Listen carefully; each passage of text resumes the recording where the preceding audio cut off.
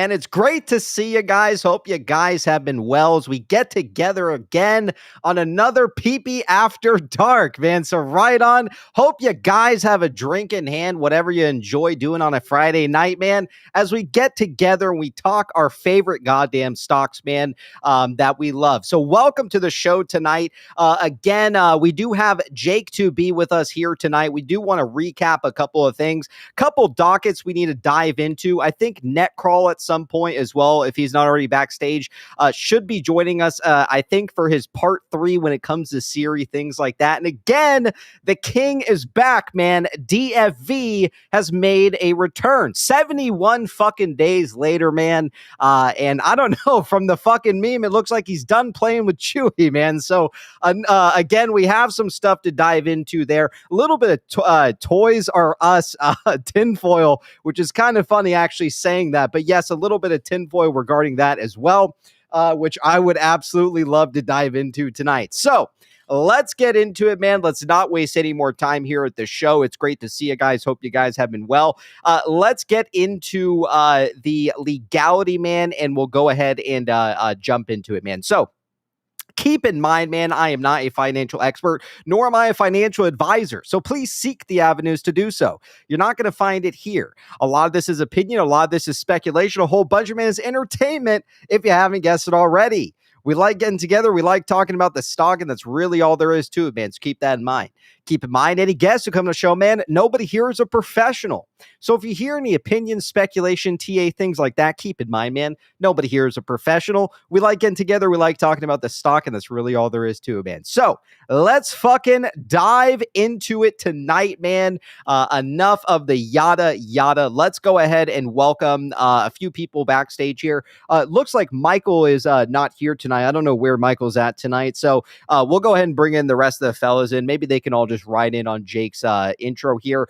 Real quick, we got Cara Naba's out there with the PP membership for 1 month. Appreciate your support, man. DFV, right on, man. Well said. We got Hank E out there with the 5 PP Show gifted memberships. Appreciate your support, Hank. Again, if you got a membership out there in the chat tonight, be sure to give it thanks in the chat. We got Slobo with the PP membership for 17 months. Appreciate your support, man. Slobo out there with the 10. Appreciate the love, man. We also got Salty Lizard out there with the 5 PP Show gifted memberships. Appreciate your support. Again, if you got a membership, be sure to give it thanks in the chat. SC out there with the 10. Appreciate the love, SC. And we also got Pumper on reddit.com with the 5. Can we talk about the absolute dismantling of Platinum Shards yesterday? Yeah, we need to, man. Unfortunately, I fucking missed it live. I managed to catch it after it happened, and wow, man, I gotta say it was absolutely fucking nuts what was going on in there. So yes, absolutely would love to dive into that tonight. Let's go ahead and welcome the fellas out here on stage tonight. They'll go ahead and ride in on Jake 2B's intro. So chat, welcome these fine gentlemen to the PP Show.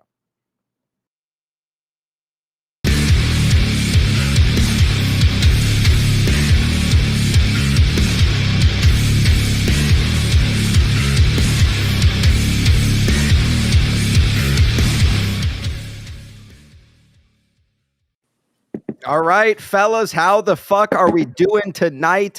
We got Medorison with us, MK. We got the legendary Jake 2B, Sloppy. We got Biggy here with us, who'll be able to chat with us in just a moment whenever he's free. And we also have Versailles, it looks like. What's going on? I think that's ignoble, if I'm right. How you fellas doing tonight, man? What's going on? Hey, man. How's everybody doing? It's nice to see everybody. Just thought I'd pop in and say hi. You know, not the main event, but you just gotta deal with the sidekick over here. So happy to be here. Hello to the chat as always, and everybody on the screen. How you guys doing? How are you, PP? Good, man. So yeah, I mean, a lot of people, myself included, got a chance to tune in last night. I think Pulte was hosting a space call, and a lot of shills, man, kind of like came out of the woodwork to go back and forth. I know Vinegar Donut was a part of it. You also had Platinum Sparkles. I mean, fill us in, man. I mean, what's kind of the general, what's kind of in your own thesis, or where we're at today.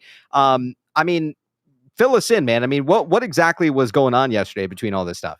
Yeah, so I just kind of popped in. I saw that Pulte fired one up, and I didn't know what to expect. And Control Chaos sent it over to me and said, "Hey, I should check this out." So I was listening, and I just kind of joined.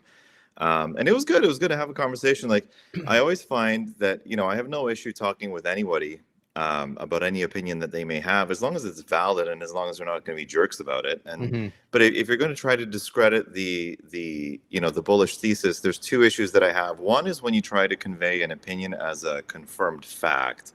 That's just a little bit not it shouldn't be like that. But the other one is, I'd love to hear, maybe sometimes there's something that could have been missed or another angle. So I'm always happy to listen to someone, of course, as long as they're decent about it. Right. And there was some good conversation, because I think a lot of people learn differently too, right? And so I think for some people, it's good to hear the same information maybe from a different perspective, or maybe from a different part of a document, because if you word it in a specific way, maybe it'll make sense to them.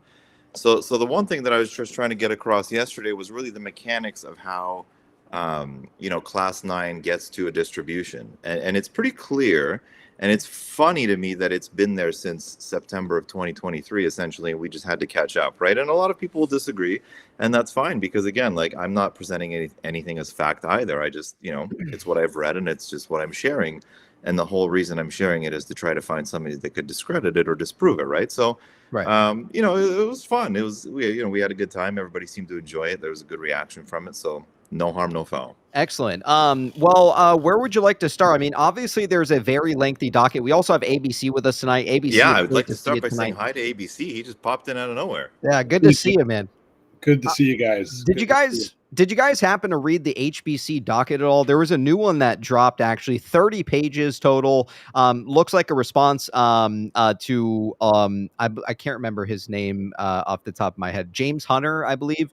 There was a response pertaining to the HBC stuff. I don't know where you guys want to start at. Jake, I know you wanted to kind of walk some people through maybe sections upon like recovery, things like that, which I'd have no problem starting with. Maybe we can kind of breeze through some of this docket as well. But 31 pages. It looks like there is also a large amount of redactions also still made to this. And it looks like as of tonight, I believe is when it was filed, or maybe it was yesterday, this docket is moving into under seal. So I don't know if there will be a chance that we'll be able to actually find out what this docket means.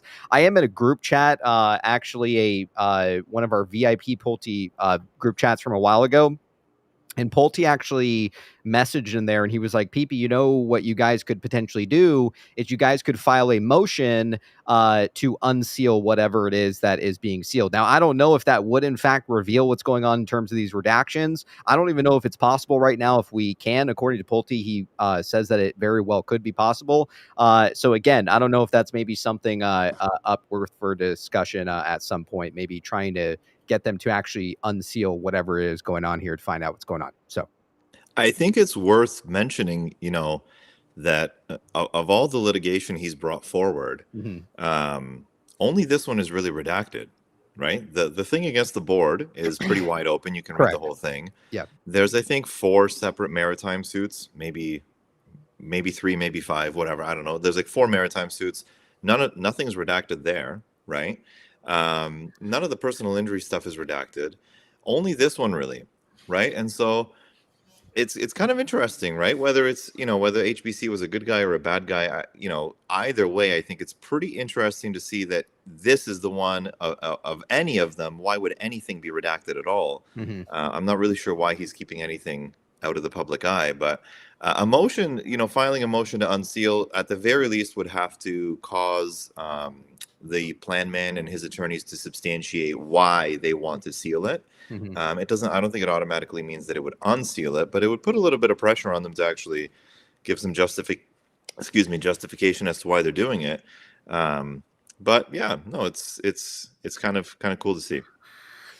All right. Well, do you want me to pull up this docket, or do you want to start? Yeah. Go for it. I haven't even seen any of it. All right. Why don't we take a look at it, because I think it just came out today. So hold on one second here. Let's take a look at it here. So there's a short one that is filed in response to sealing it, which we can take a look at, but we'll leave that one for last. We'll try to get through this as much as we can here. Hold on one second.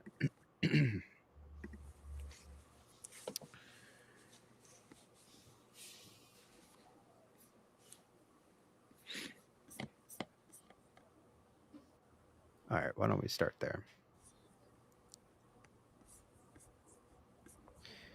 All right. Okay, so where would you like to start at? I mean, do you want to read the entire thing in its entirety? Do you want to focus on certain areas? So this is just to give you an idea on the certain areas that we can also focus on.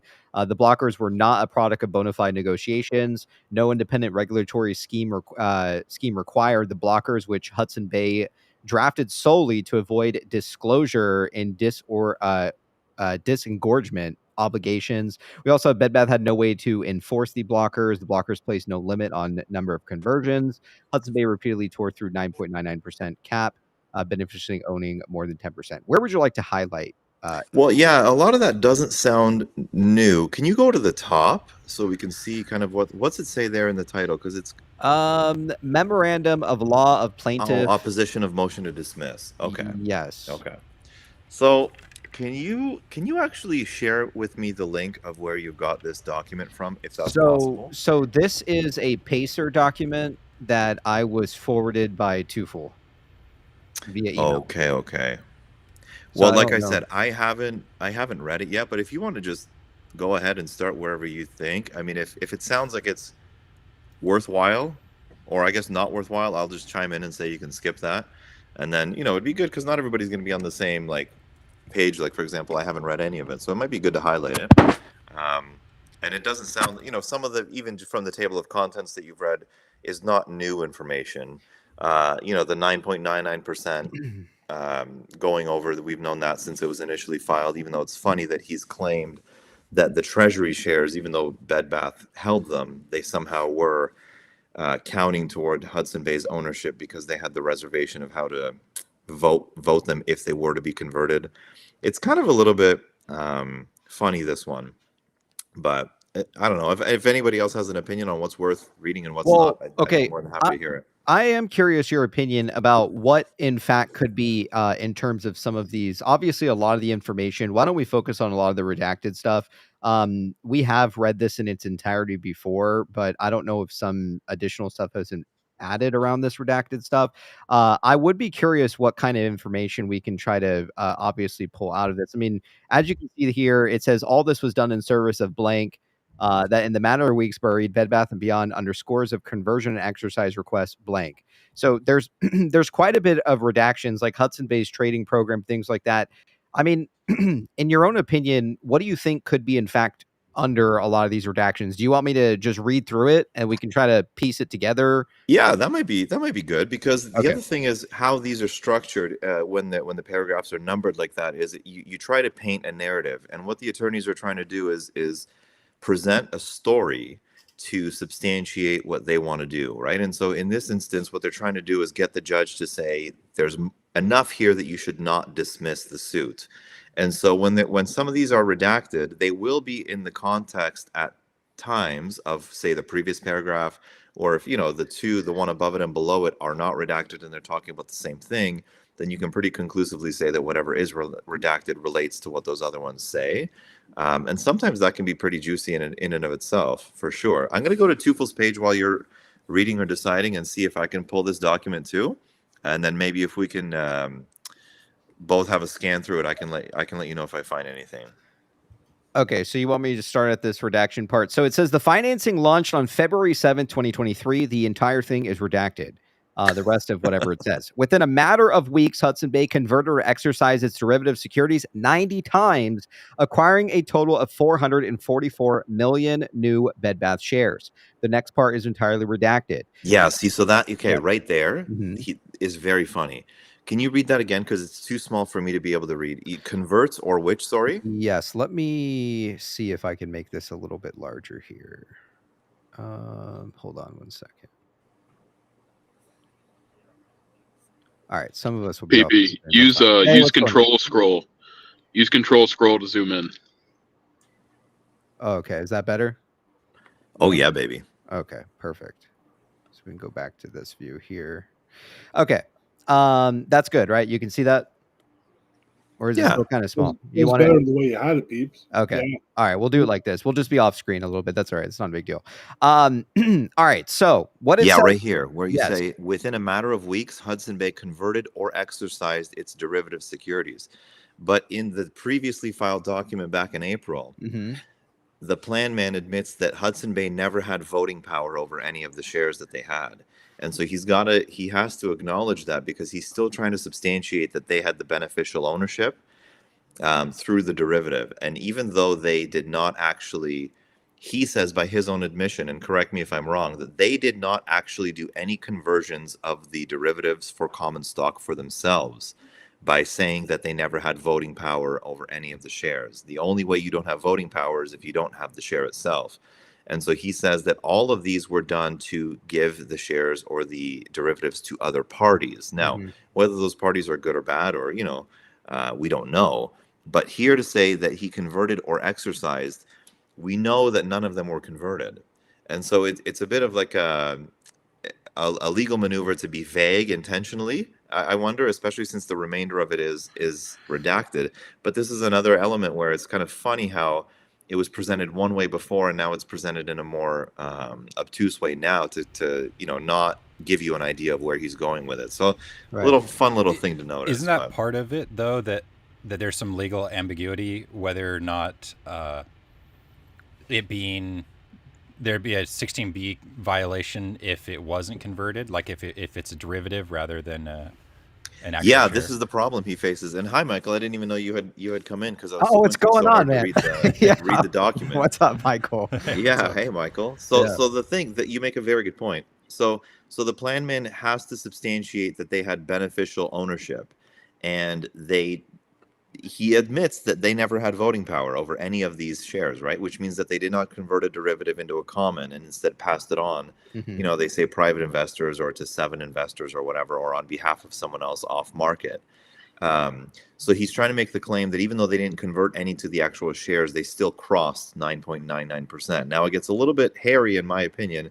And again, I'm no lawyer, but he does say that, even when they had these derivatives and the shares were with Bed Bath in treasury, that they were still Hudson Bay's shares because the derivative could be converted. Now, that sounds kind of extreme, and I'm not sure how the company having a share in treasury counts towards your ownership, but I mean, that's what he's saying.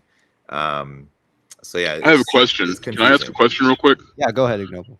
So, first off, I still choose to believe that Hudson Bay is not a bad actor here, and I choose to believe that this litigation is a way of piecemealing information to the public into the open markets. But would you think it would be possible for Hudson Bay, acting as the front man for whatever behind the scenes reorganization and splitting up with the company, do you think that them as the street name holder of these securities that have not been marketed or anything like that, do you think that that's what he's trying to slowly, what's what I'm looking for, sniff out, and basically it coming out to us is now part of the release? Like, would you think that would be like a possibility? I think that's a very, very cool possibility. Absolutely, that's possible. Another adjacent one that I've heard to that, referred to more often with RC, but you could also apply it to Hudson Bay, is that since the debtors are in like post-effective date debtors, the plan man has used this argument that only he can bring forward any litigation, right? And so the argument that I've heard that has been really compelling for why he's going after RC is to try to substantiate and make sure that no one else can, put a lawsuit on top of RC. And since he has the claim that, as the sole representative of the post-effective date debtors, only he can bring litigation forward, what if this is a strategy to ensure that, no one else is entering into their own litigation? Like, for example, what we have going on with Go Global and Dream on Me, right? So both are pretty cool. I think yours is pretty compelling. Now, why would it be redacted? I don't know. Like, I would love to see some of the information that's behind the redactions, especially when he's claiming that, there was 1.5 billion shares that were owned.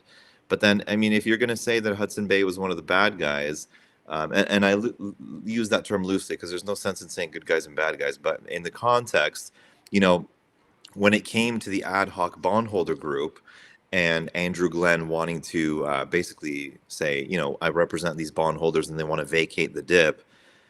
HBC wasn't a party that signed up to be in that group. They could have bought bonds on the open market and joined the ad hoc bondholder committee, and they didn't. And Right. yet B. Riley did. Right? So B. Riley, as the underwriter of the HBC deal, wanted to vacate the DIP. And had they been successful in vacating the DIP, this would have become a Chapter 7 immediately. Because JP Morgan could be reinstated and you wouldn't have enough of a pull from 6th Street to be able to stop them. And I think the the special counsel that was brought in to try to, as they said, monetize the NOL, that could have been separate from, done separately from the group of companies that will emerge. And this could have gone completely differently. So the fact that HBC was not a part of the ad hoc bondholder group and B. Riley was, which again, B. Riley was an underwriter. So they had to go to the market and buy the bonds to be able to have the status to join and say, let's get rid of the DIP. So HBC could have done the same, Right. And joined that group. B. Riley was part of that group and HBC wasn't, which is another cool little tidbit. But I really like your theory. I think that's pretty neat. Have you guys ever seen the example that they've given when it came to Carl Icahn, where I can't remember exactly which exact stock or company it was, but there was a scenario where he was in fact the debtor and the creditor both in the same bankruptcy, but I can't, I don't know if anybody else had seen it, but I can't remember which case it was. But again, I don't know, there could be the possibility that HBC could in fact not be nefarious. Maybe they are, maybe they aren't, right? That's really the biggest question of where it stems from. The biggest thing is that a lot of this money was in fact, you can't deny, allocated back towards the ABL. They allocated all this money to basically free this lien that JPM basically had on Baby, and that allowed them to sell this IP in bankruptcy, right? It was like this thing that I had posted today, right? Like the fact that this is a multi-billion-dollar brand and we're all supposed to believe that somehow it sells for less than $20 million. I mean, I don't buy it personally, right? I don't buy that a baby manufacturer who has no history of basically running retail locations now all of a sudden is going to open up 100 plus locations. They even have a Bye Bye Baby board, right? With like a CEO and everything on it. And if you actually look at the history of some of these people who are on this board of Bye Bye Baby, they used to work under the Triton area. I think that at the time we speculated that maybe they were fired by Triton, things like that. But if you kind of make these connections, it's very interesting, right? They go and they hire these old executives that used to work there. I want to say like it was back in maybe it was 2019. I can't remember the exact date, but we had been discussing it last year at some point in time. But something clearly is transpiring here, right? And the fact that we don't have the full story due to a lot of these redactions or all of these things that they're putting under seal makes it challenging, right? Like as a shareholder to really understand what is in fact happening behind the scenes here, who was nefarious, who wasn't. Because like, if you look at the entire board being sued, it looks like the board was in fact nefarious, but yet they allocated all this money to pay down the ABL to free the ABL, to free Baby so that they could sell it, right? So that JPM would not be the senior creditor. If you actually track back enough time to when RC had a position in Bed Bath & Beyond, he goes and he sells his position. 3 days later, 6th Street comes with $300 to $400 million, right? Now, all of a sudden, 6th Street's the senior creditor. JPM's been thrown out. So I don't know. Maybe this was, in fact, the entire plan, from the get-go to go this way, right? So, but it's very hard to confidently say, well, the board was nefarious or this and that, because a lot of the stuff that they were doing at the time too kind of contradicts that. So I don't know. It's very hard for me to wrap my head around who was and was not nefarious. It's a lot of smoke and mirrors. So real quick before we get back to the important stuff, because I love listening to Jake speak and explain things, because I'm a big stoopy dum dum. But one PP, I found another set of Bed Bath & Beyond and Bye Bye Baby stores, and the weirdest thing was, it would have been last week. I drove by them and the lights were on in the store after dark. I thought you might get a kick out of that, and it was in a well-to-do area. It wasn't in like the ghetto or anything like that. And the lights had been on, and it didn't look the way it did when it shut down. Let's put it that way. The second thing is, what if that tweet about thumb wrestling with Warren Buffett wasn't actually about Warren Buffett. It was about playing games with your friends, and you both win in the end because you both had a good time. So what if his partner isn't Warren Buffett, but it's the other guy that he chooses to name himself half after? And it's them two basically circling the wagons with this whole thing, and it's them two coming at both sides from equity and convertible notes, and they've basically blocked everybody out after the change of control in January, because the one that failed at the end of the year before that, and that kind of leads back into what Jake is explaining now. So Jake, if you want to go ahead. Yeah, and the other thing I would just say about Dream on Me before we go on, Yep. with the second most interesting thing. The most interesting thing about Dream on Me for me is how Lazard brought them into the picture and introduced them to Go Global. And then 2 days later, they have this deal with Go Global. They start going through the proprietary information, and then suddenly they make a bid on their own. The second most interesting thing was in February of this year, when we find out that BBBY Acquisition Co. through a third-party realty management company is making a bid on a Los Angeles Bed Bath location, and the landlord objects to the assignment and says, we just want to make sure, like, what's going here. I'm paraphrasing because I think their intentions aren't the greatest, but they say, like, prove to us that you have any retail experience, like Dream on Me. Like, the news is reporting that you open these 11 stores in the Northeast. They say, why are you not confirming that you are the one running those locations? Right? So to your point about Dream on Me not having any experience in doing this, why would they suddenly do it?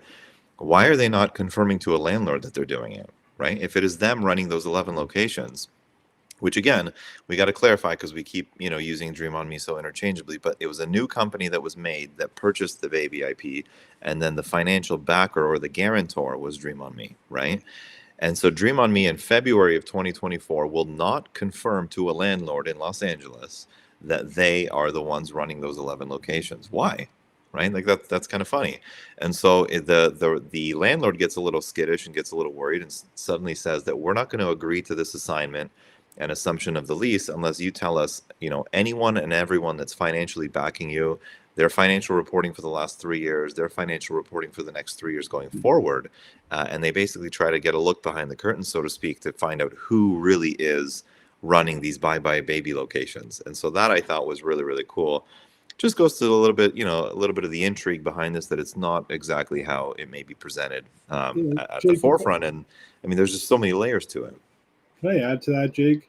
Yeah, please. I think that's a really important part, is that Dream on Me was a financial guarantor, and BBBY Acquisition Co.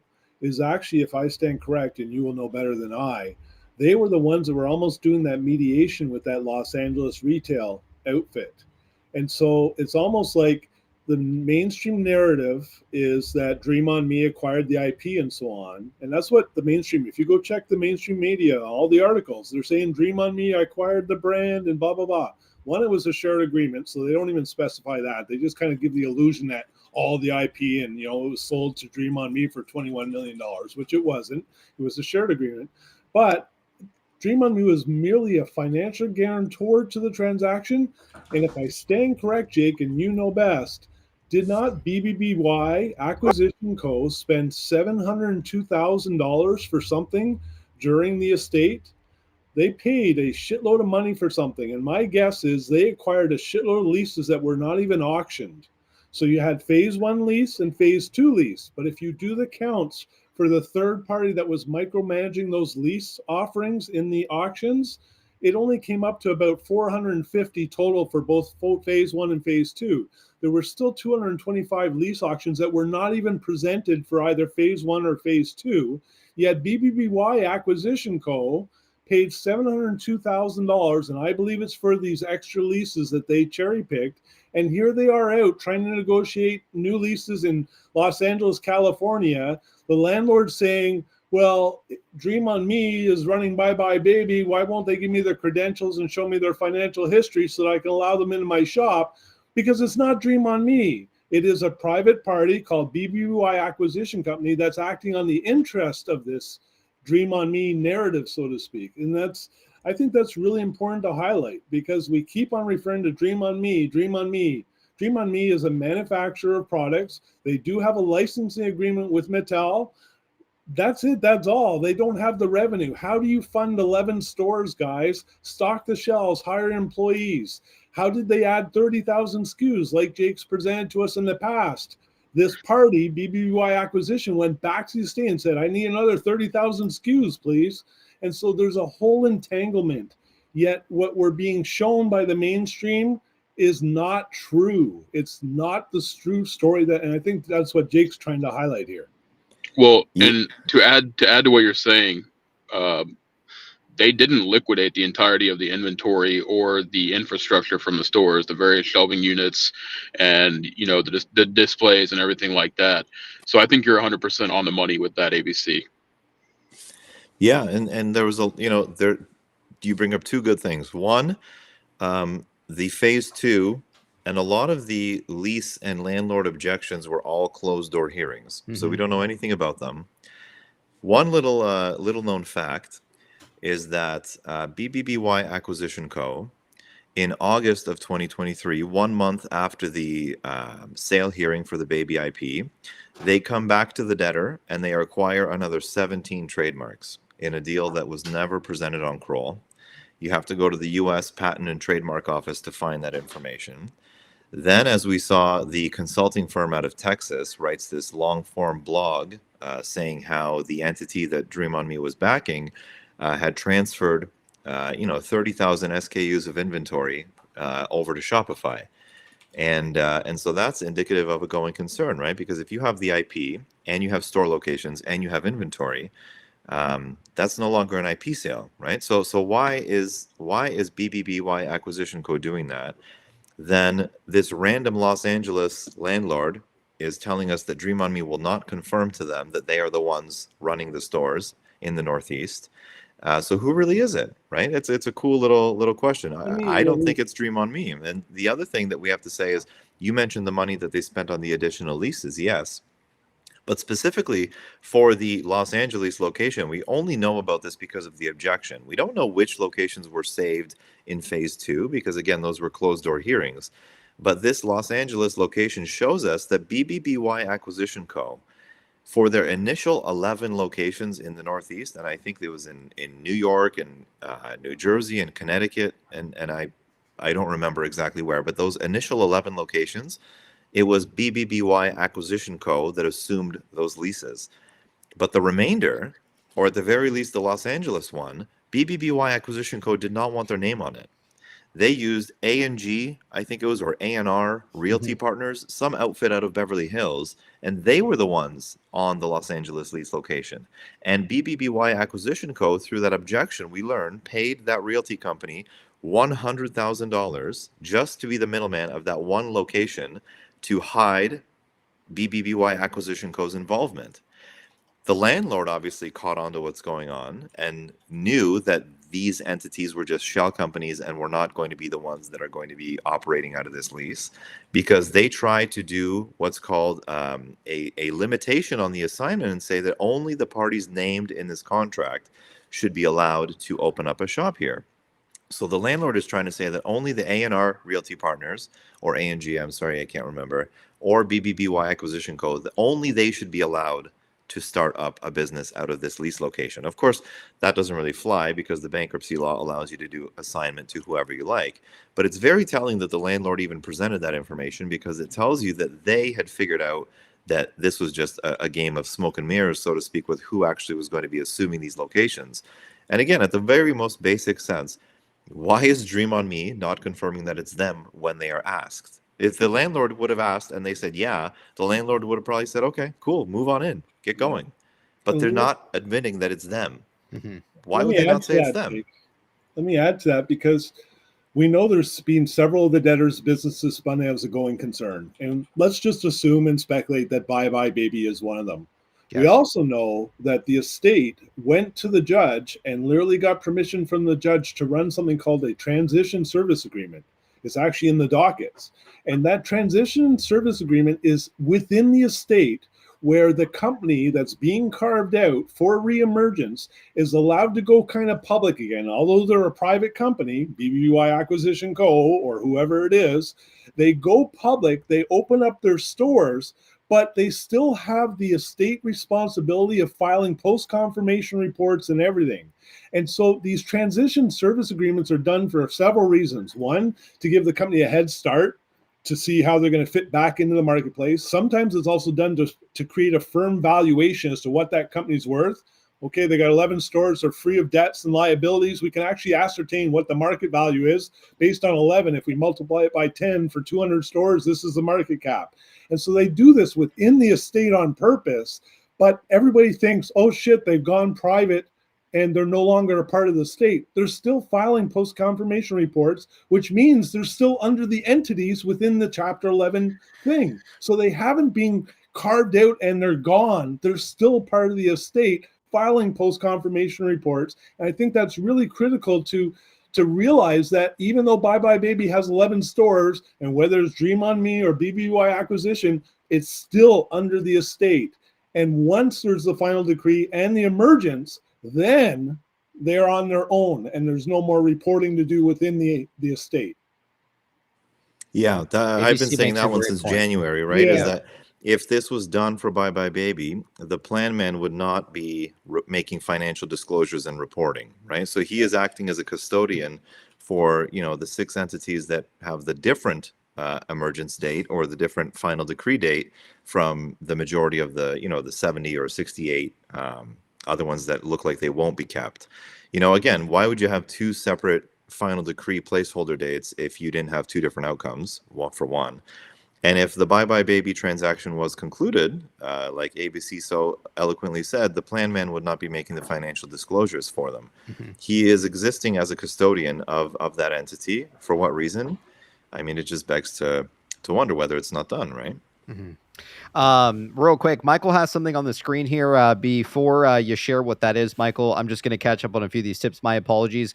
We got Salty Liz out there with the 2, Madorson and MKK Gross. We also got Turkish out there with the PP membership for 14 months. When Bed Bath & Beyond shares come back, we can have Kramer suck off a horse while wearing Jake's hair on live TV. All right, right on. I'll be looking forward to that, man, for sure. We got Abe out there with the 20. Thank you all for spending your time on here and on Spaces to help build and support our community. You are all appreciated. I mean, again, we have a fantastic community here with a lot of like-minded individuals. Again, we're all individual investors, but at the end of the day, man, we share a lot of the same ideas. So proud to fucking be behind that. We got Salty Leisure with the 2. Michael has entered the chat, unfortunately. We also have Luke Woods out there with the 10 PPShow gift of memberships. Appreciate your support, Luke. Again, if you got a membership out there tonight, fellas, be sure to give thanks in the chat. It's the least you can do. We got Emotional Damage with the 5. Dream on Me CEO took a bong rip during court. He ain't running no retail stores. I think he was smoking a cigarette, man, to be honest with you. And we got Jealous Money out there with the 5. Hey, Michael, when you need to keister that shiv, bud, run a steamy hot shower, completely relax yourself, and slowly insert from stub. You got this, buddy. I don't know what the hell that means, but right on. You heard it from Jealous. All right. Take it away, Jake, or I'm sorry, Michael, whatever you have that you're sharing here for us tonight. So this is something I started on, but I didn't actually finish. So, I mean, maybe you guys can help me. But I was looking through the HBC, the HBC part of it, and it says that courts in this circuit regularly accept amicus briefs in complex financial cases like this. Mm-hmm. See U.S. SEC versus Exchange Common and Exchange Common versus Morning View Financial. And that was actually dated July 5th. So this couldn't be used as precedent because it hadn't been ruled on yet, right? So it's saying that what happened in HBC, though it might change now, when they did it, there was uncertainty, kind of like the emojis, right? Now, if Ryan Cohen posts a rocket emoji, it would be illegal, right? But before, when he did it, then it wouldn't. And so looking at this case, what it was is, let's see,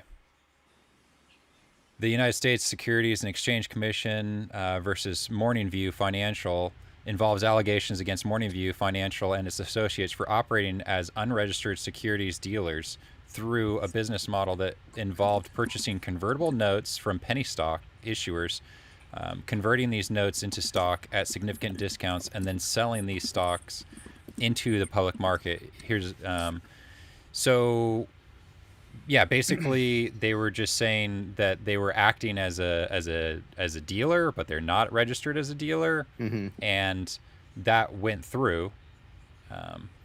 And so it's interesting. I just asked, is Hudson Bay Capital registered as a dealer with the SEC? It says they're not. It says that they're registered as an advisor. It actually brings up Bed Bath & Beyond situation. They highlight their involvement in financial dealings, like in Bed Bath & Beyond situation, which might typically involve dealer activities. However, these activities alone do not conclusively indicate dealer registration. So, I don't know. I mean, I think this kind of, I guess, alludes to a lot of things. One is they might have just wanted to sell them as quickly as possible, and because if you read the court case that it was referencing, they were just selling as many as they could, like day one. They actually paid a fee to be able to have them instantly delivered on day one that they were allowed to have the shares from their convertible bonds and immediately sell them, because when you have convertible debt like that, you actually get to exercise it as at a discount. And so if you immediately sell it, as long as the liquidity is there, you can make an immediate profit. In the case of Morning View, it was like a 35% discount or something like that. And so either way, whether Hudson Bay is good or bad, I mean, they could have just wanted to just get rid of the shares, and then whoever happened to buy them happened to be Ryan Cohen, or Bed Bath Acquisition Co., or whatever it is. I think that some people are worried that this could undo the situation if they get in trouble. But I think that, I mean, like it said, Bed Bath & Beyond was desperate for money. And so does it really matter, right? They added the blocker provisions, like HBC added that because it limited the disclosure, I think. But really, I don't know, like Bed Bath & Beyond didn't really care about having blocker provisions. And Michael brings up a good point. Like there's really an issue when it comes to some of these blocker provisions, right? Like when you kind of read throughout this docket, it kind of seems like the board just kind of allowed HBC to tap into their treasury, do whatever they want. But again, like at the same time, it really makes no sense when you analyze it, where a lot of the money was in fact allocated back to this ABL, right? To essentially get rid of JPM. So I see what Michael's saying. I mean, what do you think about it, Jake? Just in general, I mean, what Mike was kind of highlighting here tonight. I mean, it's going to be an interesting thing to see play out as the plan man's case goes on, because if you're HBC, you can very easily say that I just relied on the board, right? And the blocker provision says that, if we request a conversion that we knowingly or unknowingly would put us over 9.99, it's the board's responsibility to stop us and hold these shares in treasury until we are below 9.99. So, I don't really know what the legality of where the responsibility falls, because if you're HBC, in my opinion, you can very easily just put it on the board. Now, the plan man's claim is that there's no way that the board could have known because of the settlement window. And then, others have said that they were, pre-authorized or making side deals before they actually had the shares from the company, knowing that they could get them. It's all pretty complex, but again, why the redaction, right? It's kind of interesting to see that, of all the things, this is the one that's redacted. If it's that clear cut, and if you have the trade records, it's not like you can undo the crime if there was a crime. So the redaction only must exist, in my opinion, to conceal the identity of who was involved. I can't think of another reason. And so if that's the case, I mean, let's assume that and run with that for a moment. What does that really say? Well, that says a lot, because one, the plan man confirms that Hudson Bay did not actually convert any of these shares for themselves, because he says they never had voting power. So if their sole purpose was to have these derivatives to send them to somebody else to give someone else shares, then I think it can only be one of two things, or maybe one of three. Either it's like the death spiral financing, or you're giving it to a proxy who's wanting to close shorts that they have outstanding because they, for whatever reason, want to close their shorts. Or you want to give it as a proxy to somebody who's trying to accumulate a stock position but doesn't want to be revealed as having one. There's two things that really stand out to me with Hudson Bay that don't really jive. One is how they made any money. Two is if you're going to claim that HBC was bad here, it doesn't make sense because all of the risk is on them. And again, how did they make any money? So minimal reward comes to them if they're doing it on behalf of another party, right? So what I'm trying to say is, like, let's say if Hudson Bay was buying these shares for me, or buying these derivatives, giving them to me, and I'm converting them to shares, I'm happy as a clam because I'm getting what I want and nobody knows who I am, and Hudson Bay is taking on all the risk. But what if so how did that make any sense to them, right? The other thing that really stands out to me is the same day that Hudson Bay provides that first round where they give the $225 million, Sixth Street comes in with an unannounced $100 million donation to the company, almost as if they knew that they were short by a certain amount, or they had to, backstop something or provide enough that the company could get through to pay these bonds that were overdue, or stop JP Morgan, right? So the big thing was that the night before the deal was announced, JP Morgan did not want to wait for the grace period for the bond payment and wanted to pull the company into Chapter 7 immediately. It's like they knew that they were going to get $225 million, but they were short, and so Sixth Street gave another $100. I don't know how Sixth Street would not notice that their investment here was going to get death spiraled, right? Is I guess what I'm trying to say. Now, it's possible if they were a nefarious party, but again, I don't really know. I don't see the risk outweighs the reward because you have to put up all the money up front, and you don't know what's going to happen. And if you want to talk about being the bad guy, I don't think anyone's going to be any better at being the bad guy than JP Morgan. So if you're going up against them, you've got to have a pretty good plan, and I don't see it. That's the thing, and we'll let Medorson go. That's the thing, is that they're essentially claiming, okay, the what's his name? The plan man is essentially stating that they're trying to claw back $300 million from HBC. So they're claiming that HBC made $300 million profit off this thing.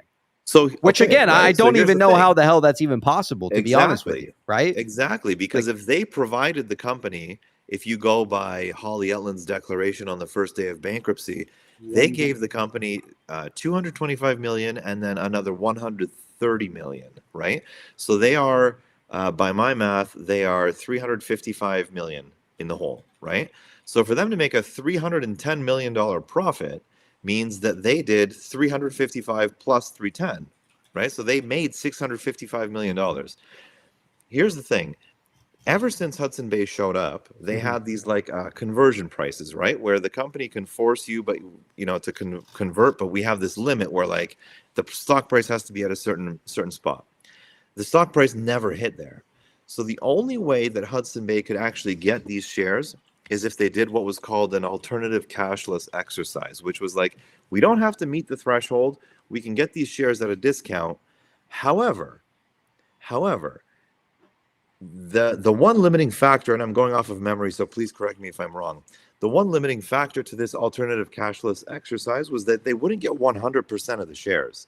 They would only get 62.5%. That was the limit. So now again, they're getting less shares than they're supposed to. If they're doing a death spiral and the price is going down because the market makers know the execution threshold and they're keeping it below there, right? So the price is going down. Hudson Bay is getting less shares than they should be. If they're doing all of this death spiral financing, how are they making any money off of 62% of the shares? And they gave the company 225, and then they gave them $130 million, right? So how do you go from negative, again, what was that? 355 million to positive 310, right? Because that's 645. It's late. I'm sorry. I've been up since 4:30. It's a lot of money before you make any profit, right? How did they do that? Off of 62% of the shares, selling them into an open market that the price is just going down and down and down and down and down. Right. I don't know how they made that money. I don't And- think they could have made that much off of so few shares, even if they were doing the death spiral, which is why the death spiral scenario makes the least sense to me. Yeah. Go ahead, And ABC. I think Jake, you just said it best. The math does not math. And that's what Yeah. tends me to think that HBC is solely acting for a third party. And the plaintiff right now is trying to say that, you know, you're in breach of 16B and all this different stuff. But really, if they are kind of the mezzanine or acting on behalf of a third party, one, they didn't have control of the shares. They're acting on behalf of another party, so they're not guilty. It's the third party that would be guilty who's exercising them. Two, this is a perfect way to do a proxy or something called a hostile takeover. You basically have what? I triggered something. You just reminded me of something, but please finish. I don't want to interrupt you. I'm going to write it down on my screen so I don't forget. So imagine this, and this is really where I think Jake is summing up best. The math doesn't math. If you look at the time frame when HBC came in, you look at the floor price, they had a 10-day moving average in order to exercise and so on. There is no monetarily way based on the stock price and the dates that the plan admin is saying that this took place, that number could be attained of $300 million. And so to me, it's almost like a smoke and mirror situation. What I foresee is HBC, underwritten by B. Riley, who has a family office and an investment firm who can use something called the 13F to hide any acquisition of shares. Even if it got over 5%, he can still hide it because the 13Fs allow that. They just have to report every 90 days. And so you have a mezzanine situation. Somebody comes along, buys 300 million shares. The board puts in treasury. The third party is kind of entitled to those 300 million shares. Guess what? If your TSO is only sitting at 117 at the point, you add 311, even if you're at 428, you add 311 shares, we're now at 739 exactly. Mm-hmm. I believe this HBC was more a fundraising where a third party paid a shitload of money to HBC to acquire those rights, and that money was forwarded to the ABDL to pay it down, and therefore you kill two birds with one stone. You gain major control of the corporation and you pay down the ABL at the same time while disguised by HBC. ABC makes a good... Sorry, go ahead, Jake. I just wanted to say he reminded me of a very important thing when he mentioned the word mezzanine financing. Yes. So a very interesting thing. Two very interesting things I may as well bring up because it's from the same document. The Bed Bath 10K for 2023, right? 10K annual financial reporting.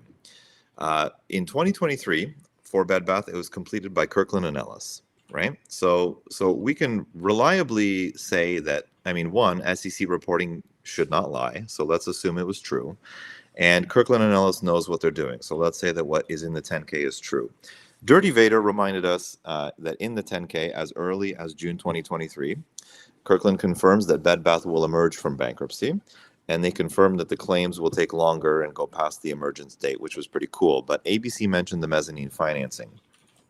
I think a big part of why the 10K was delayed is because of Hudson Bay's involvement.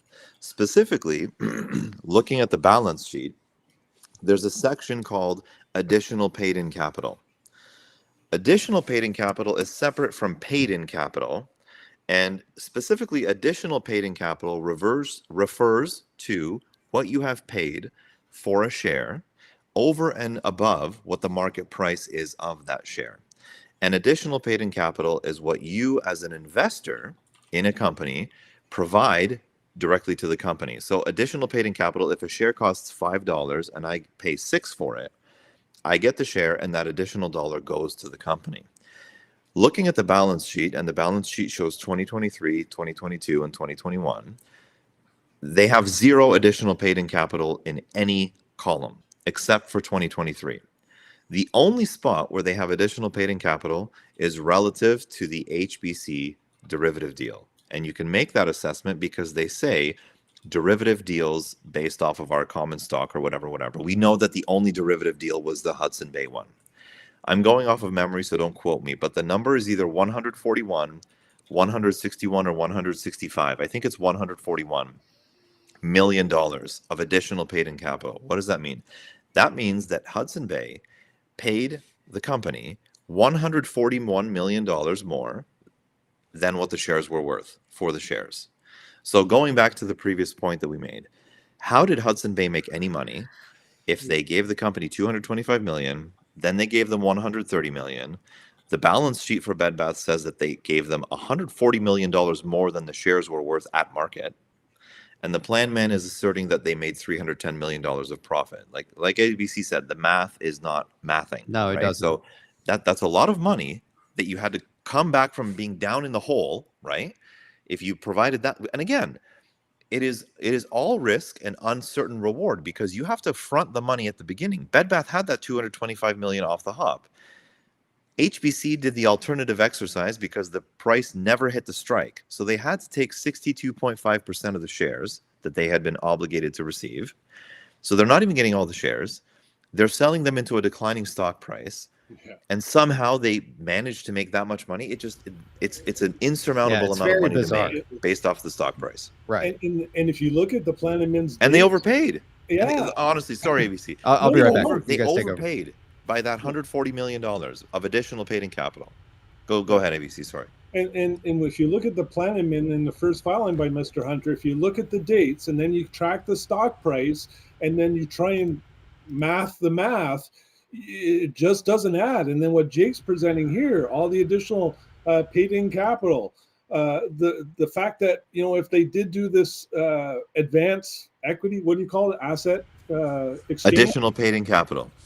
Yeah, but the other one where you can convert the shares and be punished, and they had to hit the 62.5 as opposed to. Oh, so they had they basically had a strike price that Bed Bath could force Hudson Bay to take on shares.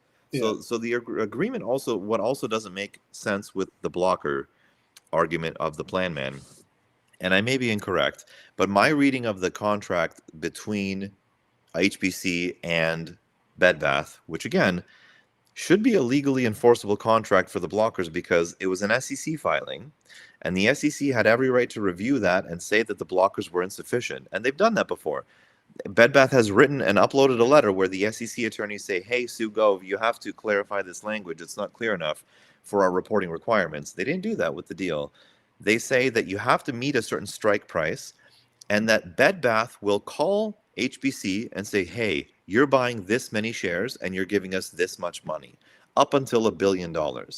So my reading of that agreement is that Hudson Bay doesn't get to just call Bed Bath and say, we want these shares.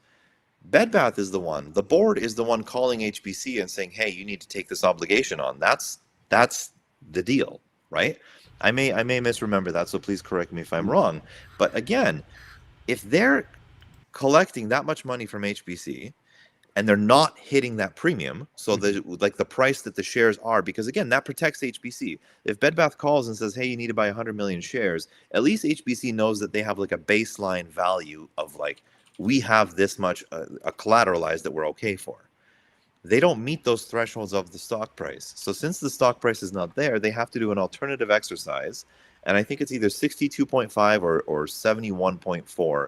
It's one of the two that they get, 71.4 or 62.5 for every 100 shares. They get a smaller percentage of what the obligation would be. So again, like if you have less shares to work with, you need the price to be higher to actually make a profit. Almost 40% higher. So yeah, if you think about it's not a small discrepancy, right? And That's yet right. the plan man has completely redacted a lot of these elements of the trade data that would even maybe potentially allow us to see what's here. So who gave the additional $140 million of additional paid-in capital, right? Who was funding the company through like this like offshoot derivative manner? And really, you're putting up the money up front and hoping, if you're a bad actor, you're hoping you're going to make money down the road. I mean, it doesn't really add up for me with the timeline. But again, the plan man brought a suit forward, so maybe I don't know. Let me add on one extra thing here, and maybe you can help me clarify this, but I remember the TSO, and it literally says actually on today's docket, when HBC arrived, our TSO, our outstanding share account was 117 million. Yep, I did see even that. Hunter put that in the plaintiff's side today. Well, if your outstanding share is 117 million and you engage a company for billions of dollars worth of shares or over $1 billion worth of shares, and your corporation is set to only 901 million, based on the price, especially at the beginning of February, it was probably in the $3 mark or something like that. They did not have enough shares in order to kind of maximize that deal. And so what would have to happen is the treasurer or whoever at the board would have to move some of the regular shares that are sitting there that have not been classified as outstanding and move them there and then transfer them over to HBC. And that's really kind of the whole stigma is you got a plaintiff or a hunter going after them and saying, you guys are the ones responsible. You guys had the blockers. Well, no, the board had to literally change the classification of shares to accommodate the deal. So it's the board. And that's where you kind of get a good board and a bad board. All the guys that RC appointed and brought on seem to be very favorable. And guess what? They're not being sued. It's the other board members who are probably playing with the shares, the treasury, and doing stuff like that, who are actually being accused of fraud right now. And number one twice was actually kind of hit that today and said it's almost like there was two boards going on. RC and his three cohorts, and then the rest of the board. But somebody had to physically pull shares out of the court, move them and classify them in order to suffice the HBC deal, especially with the warrants and everything. There's a lot of administration to go on. So for them to blame HBC, to me, I don't even know why this case is going on like this. Yeah. Real quick, and Michael, sorry, my apologies. Just need to catch up on these tips here. Thunder's Queefer out there with the 2. Imagine the Queefer wind on Jake's hair. We also have J and H Farm with the 10. Oh, ski mother trucker. We appreciate the 10, man. We also got Medusa Liz with the 10. Jake, what hurdles are likely left? And I would like to hear Jake. I don't know how long he plans to stick around with us. I know he said he's been up since 4:30, so I can imagine he's pretty tired. But I would like to hear that question from Medusa, what hurdles we have likely left, and also the path to obviously us getting our equity. I know you wanted to expand a little bit upon that this evening. Also, Jealous Money with the 2. Biggie, tap your mic 4 times if you're roaring kitty backwards, the guy on Twitter. I don't know if Biggie is here right now. I think he said he needs a little bit of time to get his stuff ready. He claims he has something absolutely mind-blowing to share tonight. So once we get around to Biggie, make sure to stick around for that. He has some very good stuff here. All right, let's go ahead and take it over to Michael. My apologies, Michael. Go ahead, man. And then let's hear Jake's response in terms of Medusa and also where we're heading next. Go ahead, Michael. Yeah, just real quick. If you imagine you're HBC, right? You don't want to be. You'd rather just scalp the trade in and out. And so I imagine they're just like, oh, we set up this deal. And then they tell their traders, hey, if you can sell us as fast as you can, because the faster they sell it, the better price. Otherwise, like if they exercise it and then the price goes down as it's being death spiraled, you're losing the whole benefit was that you get to exercise at a lower cost. And so if one of their traders, right, just was like, oh, I found someone that's just going to buy a whole block of these, I don't know that Hudson would even care who it is. They're like, cool, sell it all. Right. So I think that what happened is that all those preferred A shares, as soon as they hit, they just sold them in blocks outside of the market. And that was part of the problem, is that makes them, instead of exercising and put them onto the open market like a trader would, that makes them like a broker dealer, but that precedent hadn't been set yet. So there was no reason saying they couldn't just block trade them off exchange to whoever wanted them, not caring who it was. Yeah, I mean, well said, Michael. Yeah, because then they would get that immediate premium, right? Because it's like, hey, we'll pay you, if Ryan Cohen or Bed Bath Acquisition says, yeah, we'll pay you the regular exercise price, then they automatically get that 30% exercise difference, and they just pocket it immediately. Go ahead, Jake, in terms of maybe what hurdles we have. And again, Michael brings up some very good stuff. Also, sorry, I'm trying to multitask here. We have Spidey had sent me something real quick too, and I do want to hear your response to Medusa. Let me see if I can just share this just really quickly here. Yeah, and I do want to get out of the way and give other folks some time too. I don't want to be a hog. Oh yeah, no worries, man. Yeah, I know you probably want to get out of here and probably get to bed. So we'll let you go in just a moment here. I'm gonna highlight what Spidey says here. He says, if the board were able to adopt a maximum of 1-for-20 final ratio, the 473 million shares of common stock issued, including treasury shares as of April 3rd, 2023, prior to the reverse stock split, will be reduced to approximately 23 million issued shares of common stock, including treasury shares. Post reverse split, in such a scenario, we would have 868 million shares of common stock available for future issuance, which would be significantly less than the required amount, approximately 2.8 billion shares, assuming a closing sales price of 0.31 on April 6th.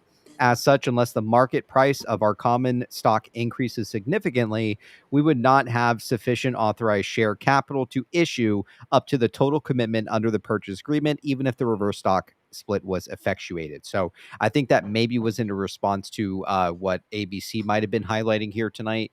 But he's basically saying that in order to execute this deal, they would have had to have 2.8 billion shares on hand.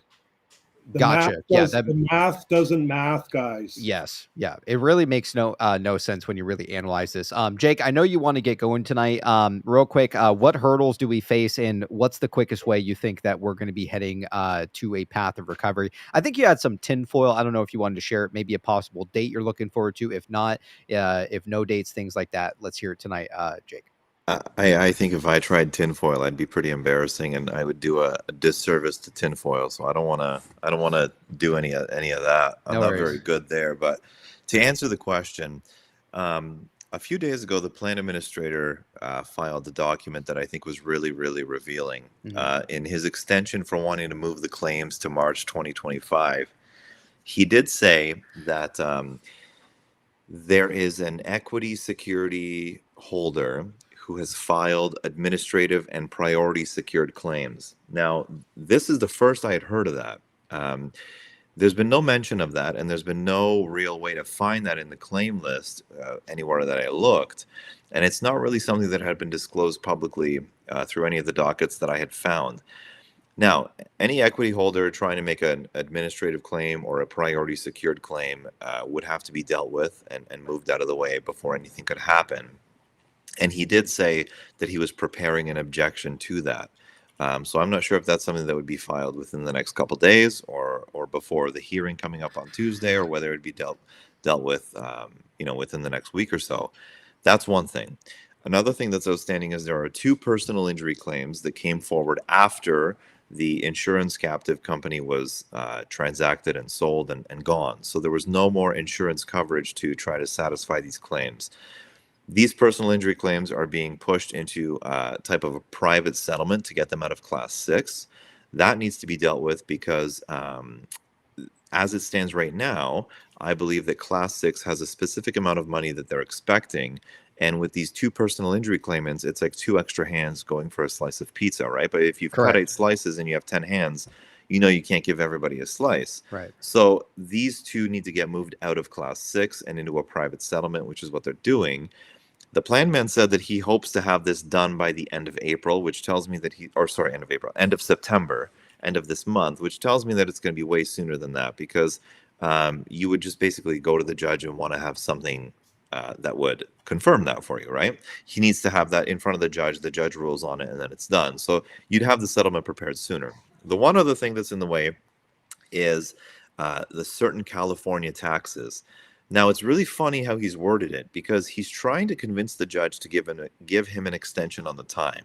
And so he said that the majority of the California taxes are dealt with, but there's a few of them outstanding, and we have a hearing set for October 17th or something to resolve it, period. Then he says, here I am almost at a conclusion to the negotiations, and I'm going to be filing a motion in the coming days to present to you with, how this has been resolved, and this is going to be all of the California taxes. So he does a clever way of saying that, like, he's got this deadline, but they're way ahead of schedule, and I've worked really hard to bring this to resolution.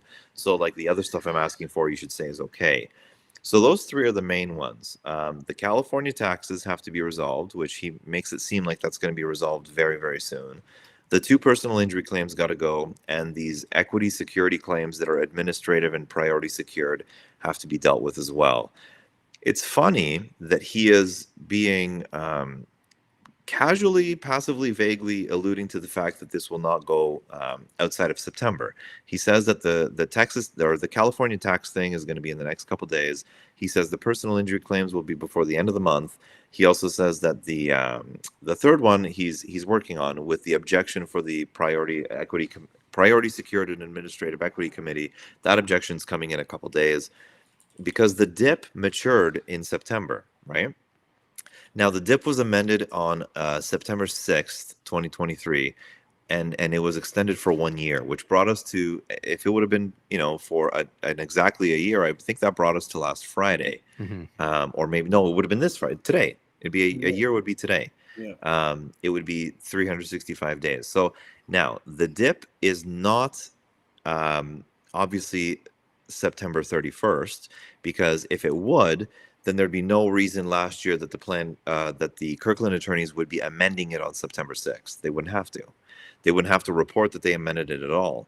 Then we saw that 6th Street, being a publicly traded company, on their next earnings call after that amendment in November, they had a couple disgruntled institutional investors asking them, hey, what's going on with this Bed Bath thing? Because immediately they noticed that they changed the maturity date, right?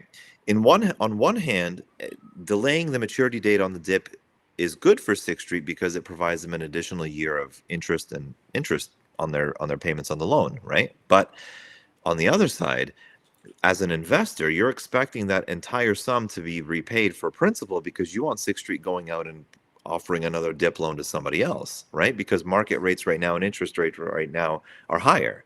So you would want, as an investor, you would want 6th Street to have had that DIP return so that they could offer a new loan to a new company somewhere else. So you saw that when the investors were a little bit concerned, saying, hey, why'd you extend this? What's going on? Are things not going according to plan? So, I like September for those reasons. The plan administrator seems to say that he's not planning on using, up until like the end of the year to deal with this other stuff. And him saying that he wants to get these guys out of class 9 by the end of September is pretty cool too. So those three things definitely need to get dealt with. The claims can go on pretty good. Yeah, and the claims can go on. I mean, someone even gave an example with Hertz. I mean, still today with Hertz, they're still dealing with stuff in terms of bankruptcy and stuff still to this day, claims, things like that. So, Hertz had claims for like at least still today, if not 2 years. Yeah, they still have like claims going on even after still to this day. Yeah. So, and I mean, like I said, in the 10K, like Dirty Vader showed us, Kirkland wrote that emergence will come before the claims are done, and the claims are just going to hang around for a while. So the claims are obviously not related to, we don't have to wait till March 2025 to get an outcome. Obviously, that's written plain as day. Yeah. All right, cool. Well, anything else you want to add tonight, Jake 2B? Fellas, is there any questions on his way out? If not, we'll let Jake 2B give some closing thoughts. We'll see what's going on maybe with Biggy here. If not, or I'm sorry, we'll go to Netcrawl, and then Biggy should have enough time to finish up whatever he's presenting. Apparently, it's very large tonight. So, Jake 2B, let's hear it, man. Give us some closing thoughts in the weekend. What would you like the good people at home to know? Let's hear it. I just want to say thank you to everybody. Thank you for having me. It's nice to see everybody. Good to hang out with the gang. The chat is always lovely. Love everybody here. So I hope everybody has a great weekend. I think it's exciting times to look forward to with GME earnings as well. I'm excited to see what they're doing with all the money. Don't forget, they have that investment policy that they haven't used yet. So I wonder how that's going to unfold. Yeah. And I hope everybody has a wonderful weekend. All right. Right on. You heard it from Jake 2B, man. The absolute legend. I think he's wanted for murder, man, after that space call with Platinum last night. Jake, enjoy the rest of the night, man. Hope to see you next week. Enjoy the weekend, man. And again, I appreciate you coming on the show and trying to work through this. I'll get you that docket. Maybe you can take a look over the weekend, and maybe you can give us maybe your thoughts next time about more of the HBC stuff. Again, a lot of stuff is redacted throughout it. I think it does need to be analyzed. So with that being said, Jake, love the DD. Keep it up, man. And chat, let's get some love for Jake on his way out. Take care, man. Thank you, my man. I hope everybody has a wonderful weekend. Okay, see you guys. All right, see you, man. Take care.